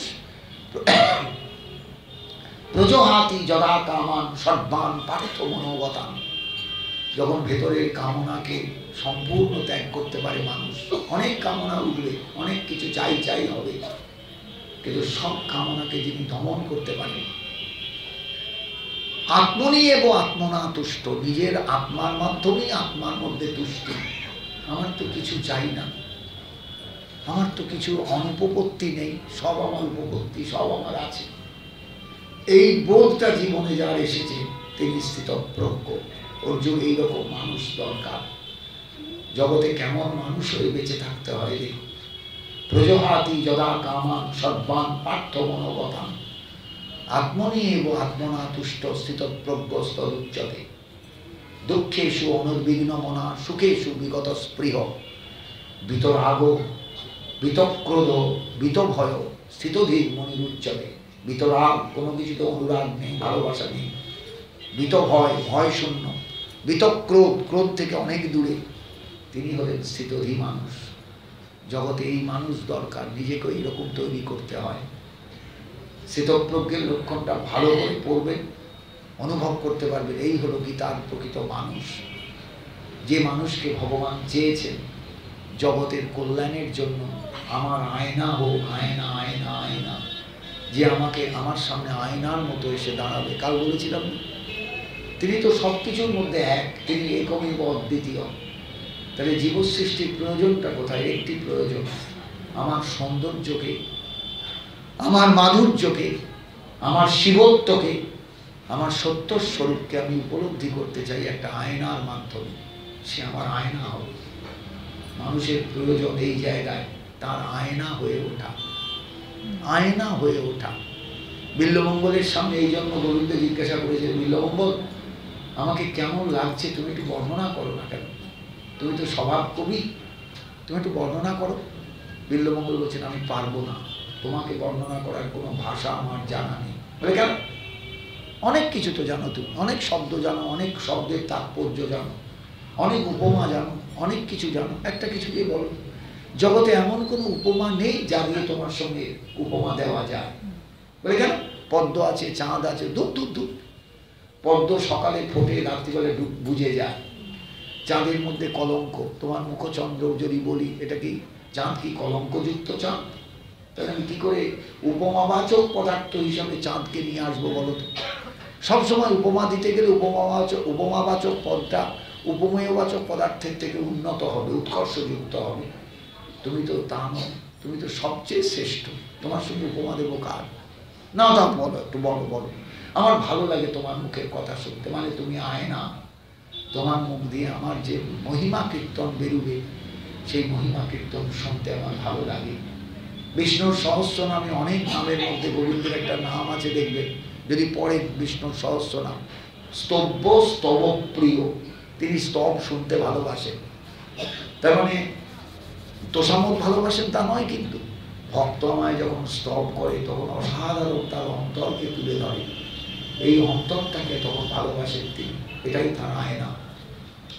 শিবমহিম্ন স্তবে পুষ্পদন্ত এক গন্ধর্ব, সে মহাদেবের স্তব করতে করতে বলছে, ছোটবেলায় আমার দাদু আমার বাড়িতে সকালবেলা চা খেতে আসতেন, আমার মামার বাড়ির পাশেই। চা খেতে খেতে হঠাৎ একদিন এই শ্লোকটা বলতে, শুনতে শুনতে ছোটবেলায় আমার মুখস্থ। পরে যখন শিবমহিম্ন স্তব নিজে পড়লাম তখন শ্লোকটা দেখে কি আনন্দ আমার, যে তো শিবমহিম্ন স্তবের শ্লোক, অসাধারণ শ্লোক। অসীমিত গিরিশ সংসার কজ্জলম সিন্ধু পাত্র সুরতরু বড় শাখা লেখনী পত্র মুদ্বি লিখতি যদি গৃহীতা তো সারদা সর্বকাল তদবি তব গুণনামী সব পারণ্য জাতি। এই সব তোমার মহিমা কোনোদিন কীর্তন করে শেষ করা যাবে না। কি বলবো তোমাকে, কি ভাষা দিয়ে বলবো? ঠিক বিল্বমঙ্গলের মতো কথা। সমস্ত পৃথিবীর পাহাড় পর্বতগুলো যদি কালির বড়ি হতো, সমুদ্র যদি কালির দোয়াত হতো, সরস্বতী যদি লেখনী ধরতেন, আর লেখনী যদি হতো কল্পবৃক্ষের মূল কাণ্ডটা, সেটা যদি লেখনী হতো, পৃথিবীর ভূপৃষ্ঠ যদি কাগজ হতো, তাহলে সরস্বতী অত কালি দিয়েও লেখা শেষ করতে পারতেন না, মহিমা কীর্তন শেষ করতে পারতেন না। প্রভু, আমি তোমার কি মহিমা কীর্তন করব? যদি ভালো লাগে সংস্কৃত ভাষা, শিব মহিম্ন স্তবটা পড়ে দেখবেন, পুষ্পদন্ত বিরচিত শিবের স্তব, চোখে জল এসে যাবে। একটা অভিশপ্ত গন্ধর্ব মহাদেবের স্তব করছে, চোখে জল এসে যাবে।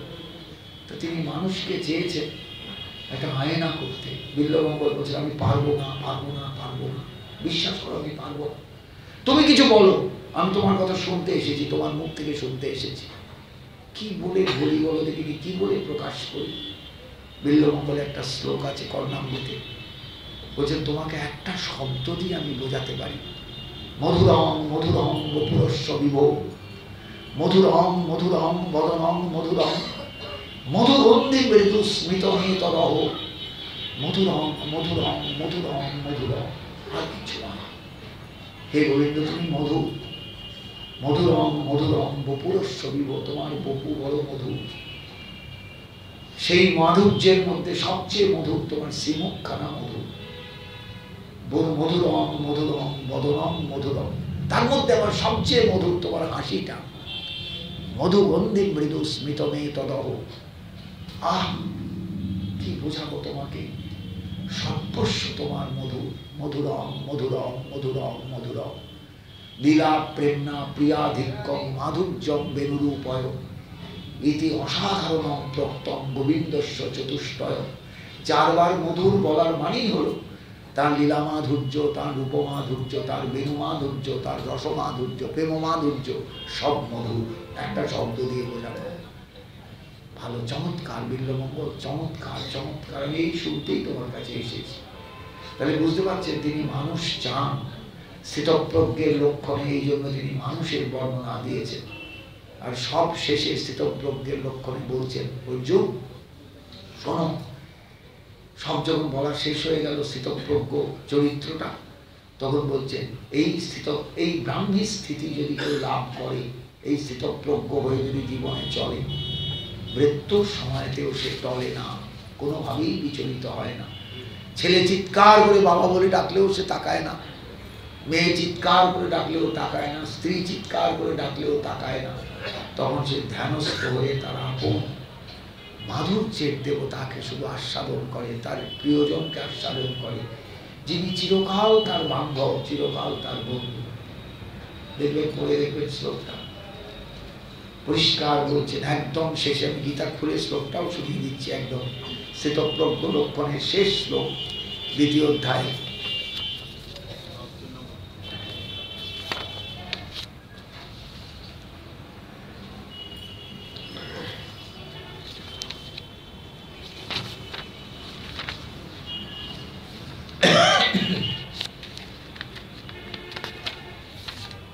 এসা ব্রাহ্মী স্থিতি পার্থ নৈনাম প্রাপ্য বিমুচ্যতি। অর্জুন, এটাই হলো ব্রাহ্মী স্থিতি, এটাই হলো ব্রহ্মে স্থির হয়ে থাকা।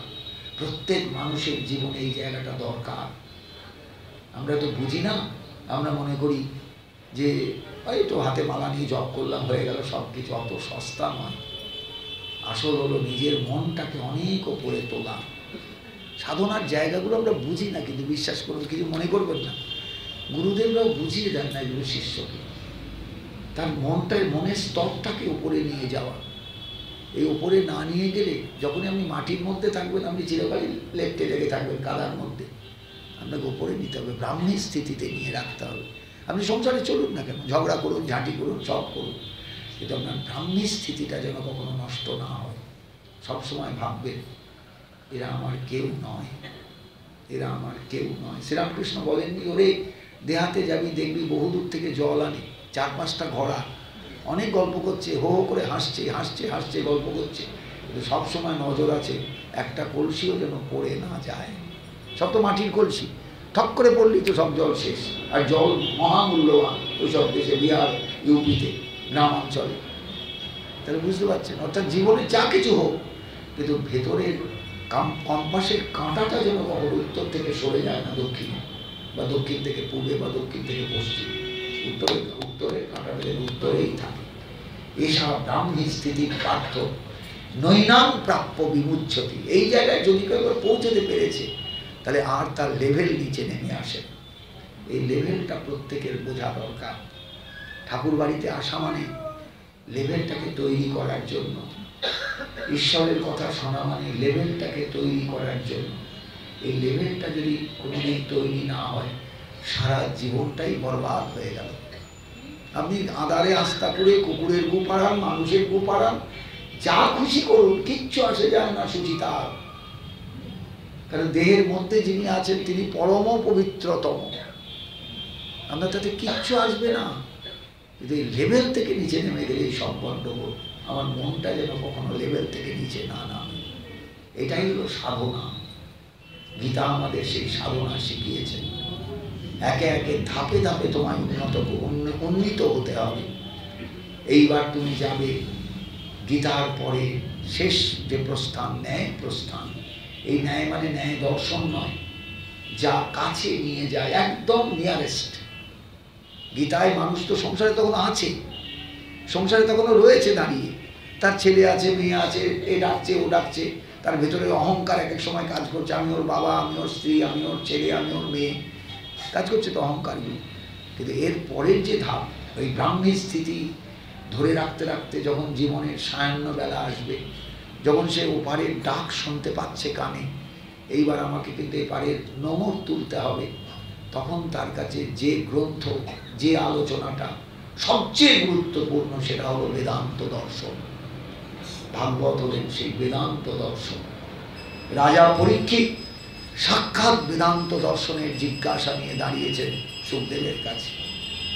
এই দুটো গ্রন্থ বুঝতে গেলে এই ভাইটাল জায়গাটা হলো, মৌলিক জায়গাটা হলো, বেসটা বুঝতে হবে। অর্জুন তো কুরুক্ষেত্র যুদ্ধের পরে সংসার ছেড়ে দিয়েছিলেন তা তো নয়, মহাপ্রস্থানের পথে অনেক পরে গিয়েছিলেন দাদার পেছন পেছন। তার আগে অনেক কিছু হয়ে গেছে, অনেক ঘটনা ঘটে গেছে, সংসার ছাড়েননি তিনি। বরং পরবর্তীকালে অর্জুন জিজ্ঞাসা করেছেন, সখা তুমি আমাকে যুদ্ধক্ষেত্রে যুদ্ধের প্রাক মুহূর্তে কিছু দারুণ দারুণ কথা বলেছিলে, আর একবার বলবে? গোবিন্দকে উত্তর দিয়েছিলেন জানেন? অর্জুন, তখন আমি যোগস্থ হয়ে বলেছিলাম, তুমি যোগস্থ হয়ে শুনেছিলে। এই যোগস্থ, আমার বাবা কিন্তু চলতে চলতে এই কথাটা বলতেন।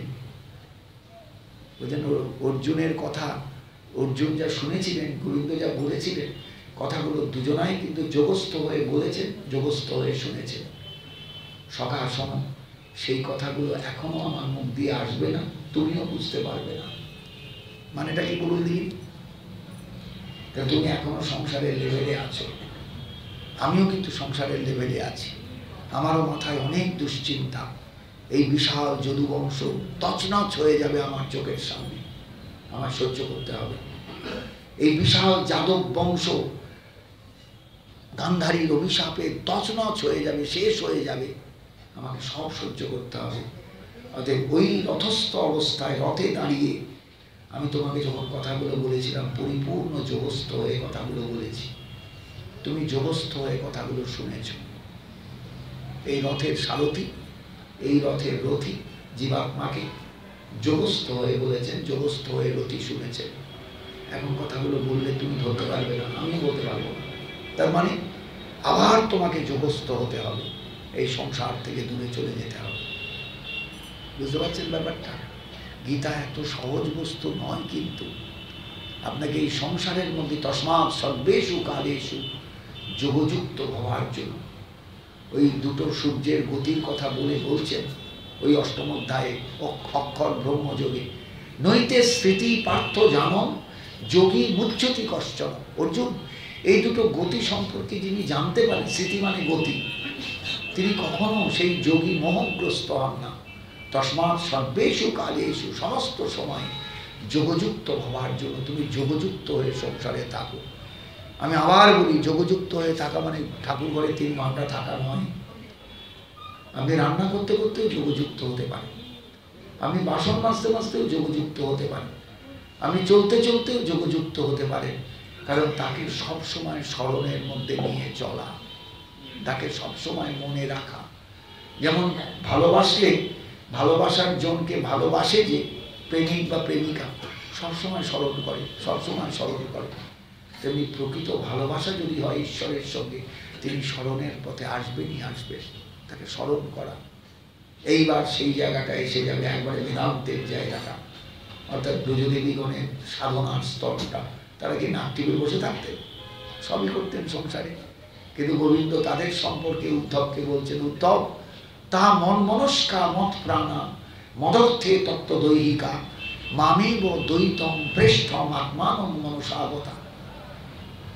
কথাগুলো ভাববেন, কি সাংঘাতিক সাংঘাতিক শব্দ প্রয়োগ। তা মন মনস্কা, আমি তাদের মন, তাদের আলাদা মন নেই, মনের কোনো ক্রিয়া নেই। মত প্রাণা, আমি তাদের প্রাণ। মদর্থে তত্ত্ব দৈহিকা, আমার জন্যই তারা সমস্ত দেহধর্ম ত্যাগ করে বসে আছে, কোনো দেহধর্ম নেই। তারা পায়খানাও যায় না, পেচ্ছাপ করতেও যায় না, স্নান করতেও যায় না, চুল আঁচড়ায় না, কপালে টিপও পড়ে না, কাজলও পড়ে না, কিচ্ছু না, সব ত্যাগ করে বসে আছে। পারবে জগতে কেউ? কোনো যে ব্যক্তি পারবে? কোনো মেয়ে মানুষ বা কোনো বেটা ছেলে পারবে না, কেউ। এত সস্তা নয়।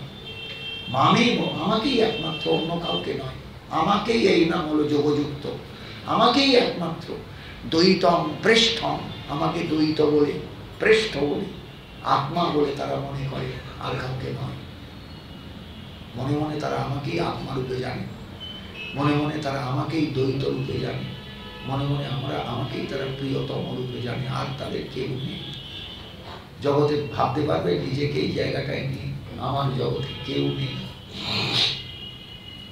আমার জগতে কেউ কোনোদিন ছিল না, আমার জগতে কেউ কোনোদিন থাকবে না।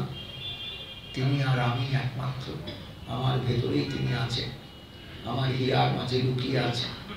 আমি তাকে খুঁজে পাচ্ছি না, আমি তাকে দেখতে পাচ্ছি না, আমি তাকে অনুভব করতে পারছি না, আমি তাকে ধরতে পারছি না, আমি তাকে জানতে পারছি না।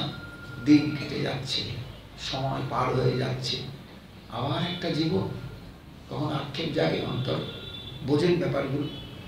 বিল্লমঙ্গল হাউ হাউ করে কাঁদতে কাঁদতে বলছেন, একটা পুরুষ মানুষ পুরো গোপী ভাবনায় ডুবে বলছেন, অমন নধন নানি দিনান্তরানি হরে তদালোক অনন্তরেণ অনাথ বন্ধ করুণৈক সিন্ধু হা নাথ, হা নাথ কথম নয় আমি।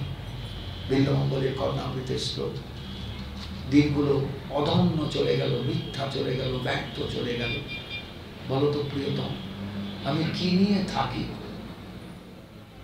কেন হারালাম দিনগুলো ব্যর্থ? না, ধরে তদালোক অনন্তরেণ, হে শ্রীহরি, তোমাকে দেখতে না পেয়ে দিনগুলো অনর্থক চলে গেল। অর্থাৎ দিনটা সার্থক হতো যদি তোমাকে একবারও দেখতে পেতাম। অনাথ বন্ধু, হে আমার অনাথের বন্ধু, করুণৈক সিন্ধু, হে আমার করুণার সিন্ধু, হা হন্ত, হা হন্ত, অব্যয় পদ, এক্সক্লামেশন। বলো বলো বলো, বলে দাও আমায়, কথম নয় আমি। দিনটা আমি কেমন করে কাটাই? কখনো মনে হয় আমাদের? এবার বুঝতে পারছেন বেদান্ত ভাগবত কিরকম এলো। অর্থাৎ তখন পাখির চোখটা শুধু অর্জুন দেখছেন, আর কিচ্ছু দেখছেন না। জীবনের সায়াহ্ন বেলায় এসে সাধকের এইরকম মানসিকতা যখন তৈরি হবে, তখনই সে প্রকৃত অ্যাবসলিউট ডিপার্চারের জন্য প্রস্তুত। আমাদের ভেতরে আমরা যতই পাঠ শুনি, যে হারে আমরা গুণময় বস্তু গ্রহণ করি শরীরে মনে, তাতে কখনোই অ্যাবসলিউট ডিপার্চারের চেতনা আসতে পারে না। পারে? বলুন দেখিনি। যে খাদ্যগুলো খাচ্ছি সত্ত্বগুণ সৃষ্টি করছে, শুধু রজগুণ আর তমগুণ। আমার চারপাশের যে পরিমণ্ডল আমাকে সত্ত্বগুণ দান করছে, না, শুধু রজগুণ তমগুণ। অথচ রজগুণ তমগুণের পরিবর্তে সত্ত্বগুণটা যদি ভেতরে দাঁড়াতো, তৈরি হতো, তাহলে কিন্তু আমি এগিয়ে যেতে পারতাম। কিন্তু আমরা কখনো সে চেষ্টা করি না। তার ত্রুটি তো আমাদের। পরিবেশ তো আমাকে তৈরি করতে হবে, ভাবনাটা তো আমাকে ভাবতে হবে, আমার জন্য ভাববে। এখানে কোনো স্বার্থপরতার কিছু নেই। আপনি আপনার স্ত্রীকে তৈরি নাও করতে পারেন, আপনার স্বামীকে তৈরি নাও করতে। আমার স্বামীকে বললেও দীক্ষা নেবেন, আরে যেন দীক্ষা নেওয়াটাই যেন মাথায় বাড়ি দিয়ে ওটাই যেন আসল। বাজে কথা এগুলো। আপনি কাকে তৈরি করার ঠিকাদারি নিয়ে এসছেন? কাকে ঠিকাদার, কার ঠিকাদার? যার যার ঘড়ি সময় মতন বাজে। ঘড়ির দোকানে গিয়ে দেখবেন আপনার ঘড়িতে ঠিক রাইট 4টে বাজছে, ওখানে দেখবেন 3:30 বেজে 4টে বেজে যাচ্ছে। ওখানে দেখবেন 4টে বাজতে 2 মিনিট আগে 4টে বাজছে, ওখানে দেখবেন 4:30 4টে বাজছে। ঘড়ি একটাও ঠিক নেই। অর্থাৎ আমাদের একজনারও ঘড়ি ঠিক নেই, একজনারও জীবনের ঘড়ি ঠিক নেই যে সবাই একসঙ্গে সময় হবে, সবাই একসঙ্গে হরি বলে ডাকবে। মহাপ্রভু সবাইকে হরিনামের আঙিনা এনেছিলেন শুধু সাম্প্রদায়িক ঐক্যটা তৈরি করতে। যেমন মুসলমানরা নমাজে সাম্প্রদায়িক ঐক্যটা তৈরি করে, আমাদের তো ঐক্যবোধ নেই, ওটা আলাদা জিনিস। কিন্তু ব্যক্তিগতভাবে যখন সাধনাটা ব্যক্তিকেন্দ্রিক, এটা প্রত্যেকের সাধনা, প্রত্যেকের নিজস্ব। অর্জুনকে বারবার বলেছেন তুমি চেষ্টা করো, তুমি চেষ্টা করো, তুমি চেষ্টা করো।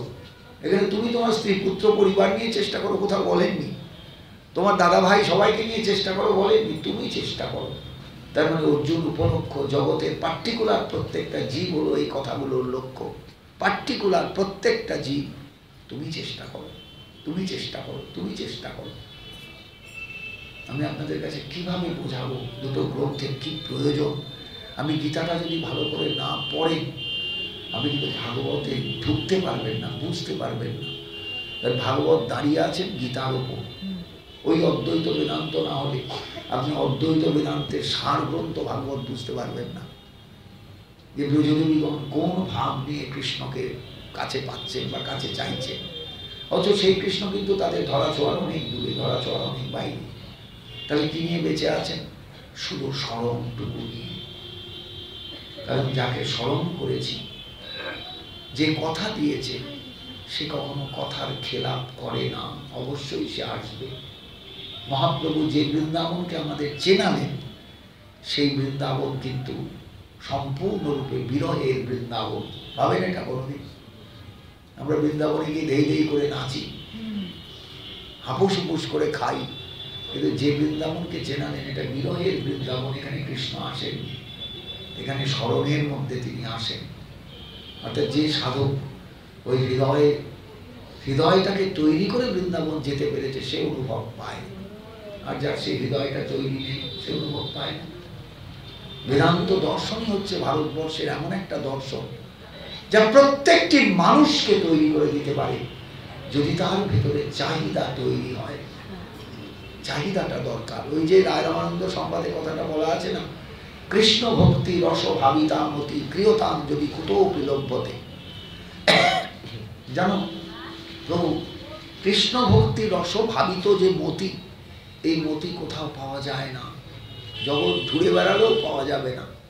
মানুষ বিষয় মতি নিয়ে চলে, আমার বিষয়, আমার ঘর, আমার জায়গা, আমার জমি, আমার স্ত্রী, আমার ছেলে, আমার মেয়ে। একজনও কৃষ্ণ ভক্তি রস ভাবিত মতি নিয়ে চলে না। যদি কোথাও পাও কিনে নাও, ক্রিয়তাম যদি কুতো বিলভ্যতে।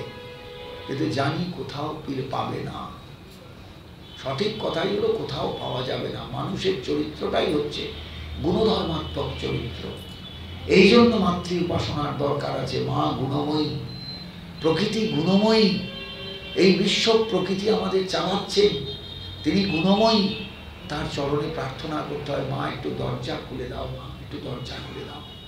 তুমি যদি কৃপা না করো, নমস্তে শরণ্যে শিবে সানুকম্পে, নমস্তে জগৎবন্ধ পদারবিন্দে, নমস্তে জগৎ ব্যাপিকে বিশ্বরূপে, নমস্তে জগত্তারিণী ত্রাহি দুর্গে, অনাথস্য দীনস্য তৃষ্ণাতুরস্য, ভয়ার্থস্য ভীতস্য বদ্ধস্য যন্ত।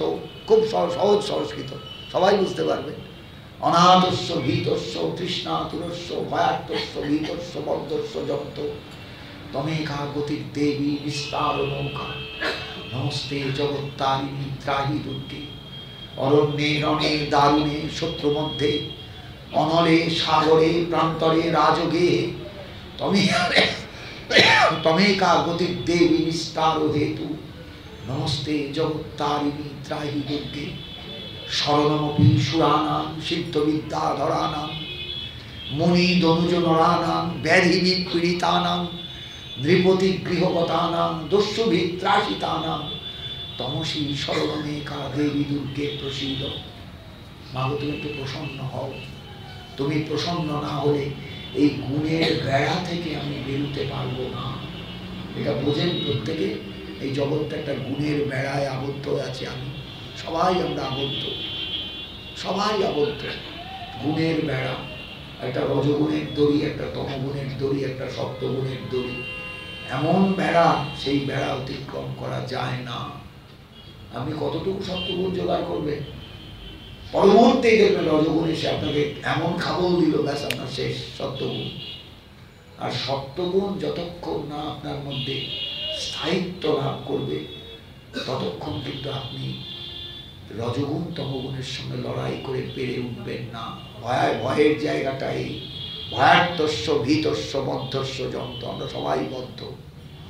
কি অসাধারণ আবদ উদ্ধার কল্পে বিশ্বসারে দুর্গার স্তবটা আমার অসম্ভব ভালো লাগে, দারুণ ভালো লাগে।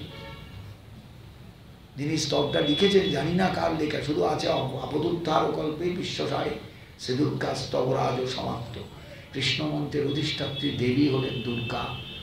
কটা মানুষ তাকে ডাকেন, মা তুমি এই বেড়ার হাত থেকে আমাকে বাঁচাও। ছেলে ডাকছে, মেয়ে ডাকছে, বাচ্চা ডাকছে, স্বামী ডাকছে, স্ত্রী ডাকছে, এগুলো তো বেড়া। এর হাত থেকে বাঁচা দরকার তো। এটা তো কেউ আমার নয়, কেউ আমার নয়, এ দেহটা পর্যন্ত আমার নয়। আমি খাঁচার মধ্যে বন্দী হয়ে আছি। লালনের বিখ্যাত গান অনেক সময় শুনেছি, খাঁচার ভেতর অচিন পাখি কেমনে আসে যায়, ওরে ধরতে পারলে মনোবেরি দিতেন তাহার পায়ে কেমনে আসে যায়। আমরা কখনো বুঝি? অথচ এই খাঁচার মধ্যে তিনি আছেন দুভাবে, জীবাত্মা রূপে এবং পরমাত্মা রূপে। গীতায় পড়ে দেখবেন ক্ষেত্র ক্ষেত্রজ্ঞ বিভাগ যোগ। ক্ষেত্রটা দেহ, ক্ষেত্রজ্ঞ তিনি, তিনি ক্ষেত্রজ্ঞ, তিনি পরমাত্মা। তিনি এই উপনিষদে একটা পাখি, যে পাখি পাশের পাখিটার ফল খাওয়া শুধু দেখছে, কিচ্ছু বলছে না। যেদিন এই পাখিটা মুখ তুলে তাকাবে এমনি করে চারদিকে ফল খাওয়া বন্ধ করে, সেদিন ওই পাখিটা তাকে বুকে জড়িয়ে নেবে, আজ থেকে তুমি আমার। তা আমি তো ফলই খেয়ে যাচ্ছি, কর্মফল। জন্ম জন্মান্তর শুধু সংসারে আসছি, কর্মফল ভোগ করছি। কখনো ইতর জনিতে জন্মাচ্ছি, কখনো একটু উৎকৃষ্ট জনিতে জন্মাচ্ছি। কখনোই ভেতরে এই তৃষ্ণা জাগছে না, আমাকে সংসার থেকে বেরোতে হবে, আমাকে সংসার থেকে বেরোতে হবে, আমাকে সংসার থেকে বেরোতে হবে। কেউ ভাবি না আমরা। ছেলের জন্য অপেক্ষা করছি, ছেলে আমায় পিণ্ডি দিলে উদ্ধার পাবো। কচু পোড়া উদ্ধার পাবেন, কচু পোড়া উদ্ধার পাবেন। তাহলে তো সব সহজ হয়ে যেত, অঙ্ক তো খুব সহজ অঙ্ক হয়ে যেত। পিণ্ডি না দিলেও উদ্ধার পাবেন না, পিণ্ডি দিলেও উদ্ধার পাবেন। আপনার কর্মফলটা কে ভোগ করবে? আপনার কর্মফলটা কে ভোগ করবে? আপনাকেই ভোগ করতে হবে। ছেলে ছেলের কাজ করেছে, মাকে শ্রদ্ধা করে, শ্রাদ্ধ মানে শ্রদ্ধা, শ্রদ্ধার অনুষ্ঠান করেছে, কিন্তু আপনি তাতে উদ্ধার পাবেন কিনা কখনো ভেবে দেখেছেন? কখনো নয়। আচ্ছা, দুটো মেয়ে হলে মায়ের দুঃখ, ছেলে হলো না, আমায় পিণ্ডি দেবে কে? এগুলো ফালতু কথা, একদম ফালতু কথা। মেয়েরও তো শ্রাদ্ধ করার অধিকার আছে। মেয়ে করে না, তেরাত্রির পর চতুর্থ দিনে শ্রাদ্ধ করে না। ঘটনাই হচ্ছে তাই। আমরা এগুলো কতগুলো মোহজাল, আমরা মোহজালে সবাই আবদ্ধ। আর এই মোহ কাটানোর ক্ষমতা এই সংসারে পরব্রহ্মেরও নেই, কারণ তিনি মায়া শক্তির উপর নির্ভরশীল। এই জন্য মহামায়ার শরণাগত হয়ে তাকে ডাকতে হয়, তার কাছে কাঁদতে হয়। জগন্নাথ ক্ষেত্রে মহাপ্রসাদ জগন্নাথের প্রসাদ হলে হয় না, সেই প্রসাদটা যখন ঘুরে আসে বিমলার মন্দির থেকে তখন মহাপ্রসাদ, তার আগে মহাপ্রসাদ নয়। দেখবেন একবারে সেই বিরাট সোনার থালা নিয়ে গর্ভমন্দির থেকে বেরিয়ে বিমলার মায়ের সামনে এরকম করে সে একটা একবারে খর্বাকৃতি হয়ে যায়, অত বড় শক্তিশালী উড়িয়া বার পান্ডা, মানে এত থালার ভার, সোনার থালা, তার উপর সব সাজানো, আর্য সভ্যতার নিদর্শন। ওই হাঁড়িগুলো তো অনার্য সভ্যতার নিদর্শন। একবারে মায়ের সামনে দেখিয়ে ব্যাস এইবার বাজারে চলে গেল মহাপ্রসাদ। তাহলে মার কৃপা ছাড়া কখনো দরজা খোলে না। এই জন্য ব্রহ্ম স্মরণ করলেই শুরু হবে না। মহাশক্তি যিনি তার জাল ছড়িয়ে আছেন এই সংসারের সর্বত্র, তার চরণেও প্রপন্ন হয়ে প্রার্থনা করতে হবে। শরণমপি সুরানাম, দেবগণ তোমায় স্মরণ করেন, সিদ্ধবিদ্যা ধরানাম, সিদ্ধগণ তোমায় মানেন, তোমায় স্মরণ করেন, বিদ্যাধরেরাও স্মরণ করেন, মুনি ধনুজ নরানাম, মুনিগণ স্মরণ করেন, দানবগণ স্মরণ করেন, মানুষ স্মরণ করেন, ব্যাধি পীড়িতানাম, যে ব্যাধি পীড়িত সে তোমায় স্মরণ করে, নৃপতি গৃহগতানাম, যে শাসকের আঘাত পেয়ে সে জেলে যায় সেও তোমায় স্মরণ করে, নৃপতি গৃহগতানাম, দস্যুভিত ত্রাসিতানাম, দস্যুগণ যাকে ভয় দেখায় তারাও তোমায় স্মরণ করে। তুমি হলে মা আমাদের সকলের স্মরণ, সকলের আশ্রয়। তমসী শরণমেকা দেবী দুর্গে প্রসিদ্ধ, হে মা তুমি প্রসন্ন হও। তুমি কৃপা না করলে এই মোহপাশ কারণ কাটবে না। আমরা যে সেই ব্রহ্মকে স্মরণ করব, জীবনের সায়ান্ন বেলায় তিনি যে আমাদের স্মরণে আসবেন, ভাগবত তত্ত্বের বস্তু যে আমাদের স্মরণে আসবেন, কি করে আসবেন? গীতা যেমন 18টা অধ্যায় দিয়ে বলেছে, ভাগবত কিন্তু একটা শব্দ দিয়ে বুঝিয়ে দিয়েছেন, সত্যং পরম ধীমহি। আর কিচ্ছু নয়, কিচ্ছু নয়। আর বেদব্যাস প্রথমে মন্ত্র স্মরণ করেছেন, গুরু মন্ত্র, ওম নমো ভগবতে বাসুদেবায়, ব্যাস, আর কিচ্ছু নয়। এই পরম সত্যই হলেন পরম ব্রহ্ম, পরম সত্যই হলেন পরমাত্মা, পরম সত্যই হলেন ক্ষেত্রজ্ঞ ঈশ্বর, পরম সত্যই হলেন সর্ব কারণ কারণ গোবিন্দ, পরম সত্যই হলেন পরতত্ত্ব। এই পরম সত্য এক, অদ্বিতীয়, এক বচনে প্রয়োগ। এই সত্যের অনুসন্ধান ভাগবত আমাদের শিখিয়েছেন, জানিয়েছেন, বুঝিয়েছেন। গীতা হলেন সেই চলার রাস্তায় আসল খুঁটি, যে খুঁটিটাকে আশ্রয় করলে ব্রহ্মের আস্বাদন, ব্রহ্ম জ্যোতির অনুভব, ব্রহ্মস্বরূপের অনুভব, সর্বত্র ব্রাহ্মী স্থিতি লাভ, এটা সাধকের কাছে সহজতর হয়। এত সহজ ভাববেন না। আপনি দুবার একটা হরিনাম করলেন, কি করেছেন সারাদিন? একবার হরিনাম করলে সব হয়ে গেল? ভাববেন না এত সস্তা। আমার অনন্ত জীবন পথের আবর্জনা পেছনে রয়েছে, সেই আবর্জনাগুলো সরাতে হবে, চোখের জল দিয়ে ধোয়াতে হবে, আমাকে সব কিছু করতে হবে, আমাকে সব কিছু চোখের জল দিয়ে, বিষাদ যোগ দিয়ে ধুতে হবে। মানে আসল মূল জায়গাটাই হলো বিষাদ যোগ। যার যতটা বিষাদ যোগ গাঢ়, যার যতটা বিষাদ যোগ সাংঘাতিক, মানে প্রবল, তিনি ততটাই তাকে অনুভব করতে পারবেন। সংসারের জন্য কান্না নয়, আমি তাকে অনুভব করতে পারলাম না। মনুষ্য জীবনটা ওই বিল্লমঙ্গলের ভাষায় অমূন্য অধন্যানি দিনান্তরানি, দিনগুলো অধন্য চলে গেল। এই বোধটা জীবনে দরকার। তবে আপনি গীতাও বুঝবেন, তবে আপনি পরীক্ষিতের সামনে প্রকাশিত শ্রীমদ্ ভাগবতকেও বুঝবেন। সারা জীবনটা স্মরণ করেছেন সেই ছোট্ট বৃদ্ধাঙ্গুষ্ঠ পরিমাণ চতুর্ভুজ বিষ্ণুকে। এইবার অভিশপ্ত হওয়ার পর চাবুক খেয়ে গিয়েছেন 7টা দিন। তুমি একবার দেখা দেবে না? কাউকে বলতে পারছেন না, কাউকে জানাতে পারছেন না, কাউকে ঘোষণা করে বলতে পারছেন না, ভিতরে কাঁদছেন, গুমড়ে গুমড়ে, চোখের জলও পড়ছে না। তুমি একবার দেখা দেবে না আমাকে? একবার দেখা দেবে না? একবার দেখা দেবে না? এ কথাগুলো ভাষায় বলা নেই, কিন্তু অধ্যায়টা পড়লে বোঝা যায়। পরীক্ষিত কাঁদছেন, সর্বস্ব ছেড়ে দিয়ে রাস্তায় বেরিয়ে এসেছেন, একখানা কুশাসন নিয়ে, একটা সাধারণ কাপড় পরে একদম রাস্তায়, গঙ্গার তীরে। এই বিষাদ যোগ, এই বিষাদ যদি না আসে জীবনের শেষ মুহূর্তে, কেউ নয়, আমার জন্য কেউ দুঃখ করো না, আমাকে একা চলে যেতে দাও, নির্মোহ হয়ে চলে যেতে দাও, মোহশূন্য হয়ে চলে যেতে দাও। কেউ আমার দিকে পিছন ফিরে ডাকিও না, কেউ আমাকে পিছু ডেকো না, আমি একা চলে যেতে চাই। এই বোধটা আসবে না, তখন মনে হবে আমার নাতিটা এলো না, আমার ছেলেটা এলো না, আমার নাতবউটা এলো না সামনে। কখনো নয়, কখনো নয়। এগুলো দোষের, এগুলো ভীষণ কষ্টের, এগুলো আরো বেশি জঞ্জালে জড়িয়ে দেবে আপনাকে। আপনি চেষ্টা করবেন যাতে একা জগৎ থেকে চুপচাপ চলে যাওয়া যায়। কোনো ঢাক বাজবে না, ঢোল বাজবে না, হই হই হবে না, বাড়ি গিজগিজ করবে না লোকে। ব্যাপারটা বুঝতে পারছেন? আমিও চাই এরকম একটা মৃত্যু, বিরাট আসলে পাঠ করব, একটা ম্যাসিভ হার্ট অ্যাটাক হবে, মাথাটা ঢলে পড়বে, আর কেউ দেখে না। বিশ্বাস করুন, বিশ্বাস করুন, আমি চাই না সেই মৃত্যু লোকে দেখতে আসবে, ফল দিয়ে যাবে, অমুক দিয়ে যাবে, তমুক সব মৃত্যু হওয়ার কাম্য মৃত্যু নয়। আমি চাই 1 সেকেন্ডে ওই কথা বলতে বলতে শেষ। আমি এরকম মৃত্যুই চাই। সংসার সংসারের জায়গায় থাকবে, ঘন্টা ঘন্টার জায়গায় সংসারের বাজবে, আমার কি এলো গেল তাতে। এই হচ্ছে দুটি গ্রন্থের অসাধারণ সাদৃশ্য এবং বৈসাদৃশ্য। গীতা সিস্টেমেটিক এগিয়েছেন 18 অধ্যায়ে, ভাগবত একসঙ্গে এগিয়ে গিয়েছেন 10টা লক্ষণের মধ্যে দিয়ে চরম ব্রহ্মতত্ত্বে সত্যম পরম ধীমহি, যিনি পরম সত্য তার ধ্যানটাই একান্ত কর্তব্য।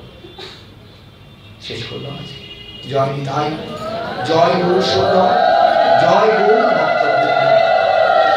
হরে কৃষ্ণ কৃষ্ণ কৃষ্ণ হরে হরে, হরে রাম রাম রাম হরে হরে, হরে কৃষ্ণ কৃষ্ণ কৃষ্ণ হরে হরে, হরে রাম রাম রাম হরে হরে। আমি বলে রাখছি, যদি ত্রয়োদশীর দিন আমি আসতে পারবো না, ভদ্রলোক বললেন আমি কথাটা রাখতে পারবো না, কারণ আমি আগেই এক জায়গায় আবদ্ধ। আমি চেষ্টা করবো ত্রয়োদশীর আগের দিন আসতে। আমার এক চক্রায় যেতেই হবে ত্রয়োদশীর পরের দিন, আর ত্রয়োদশীর দিন নবদ্বীপেই থাকতে হবে, সন্ধ্যেবেলায় তো ওখানেই আবদ্ধ। কাজেই আমি চেষ্টা করবো তার আগের দিন আসতে। সেটা হলো 29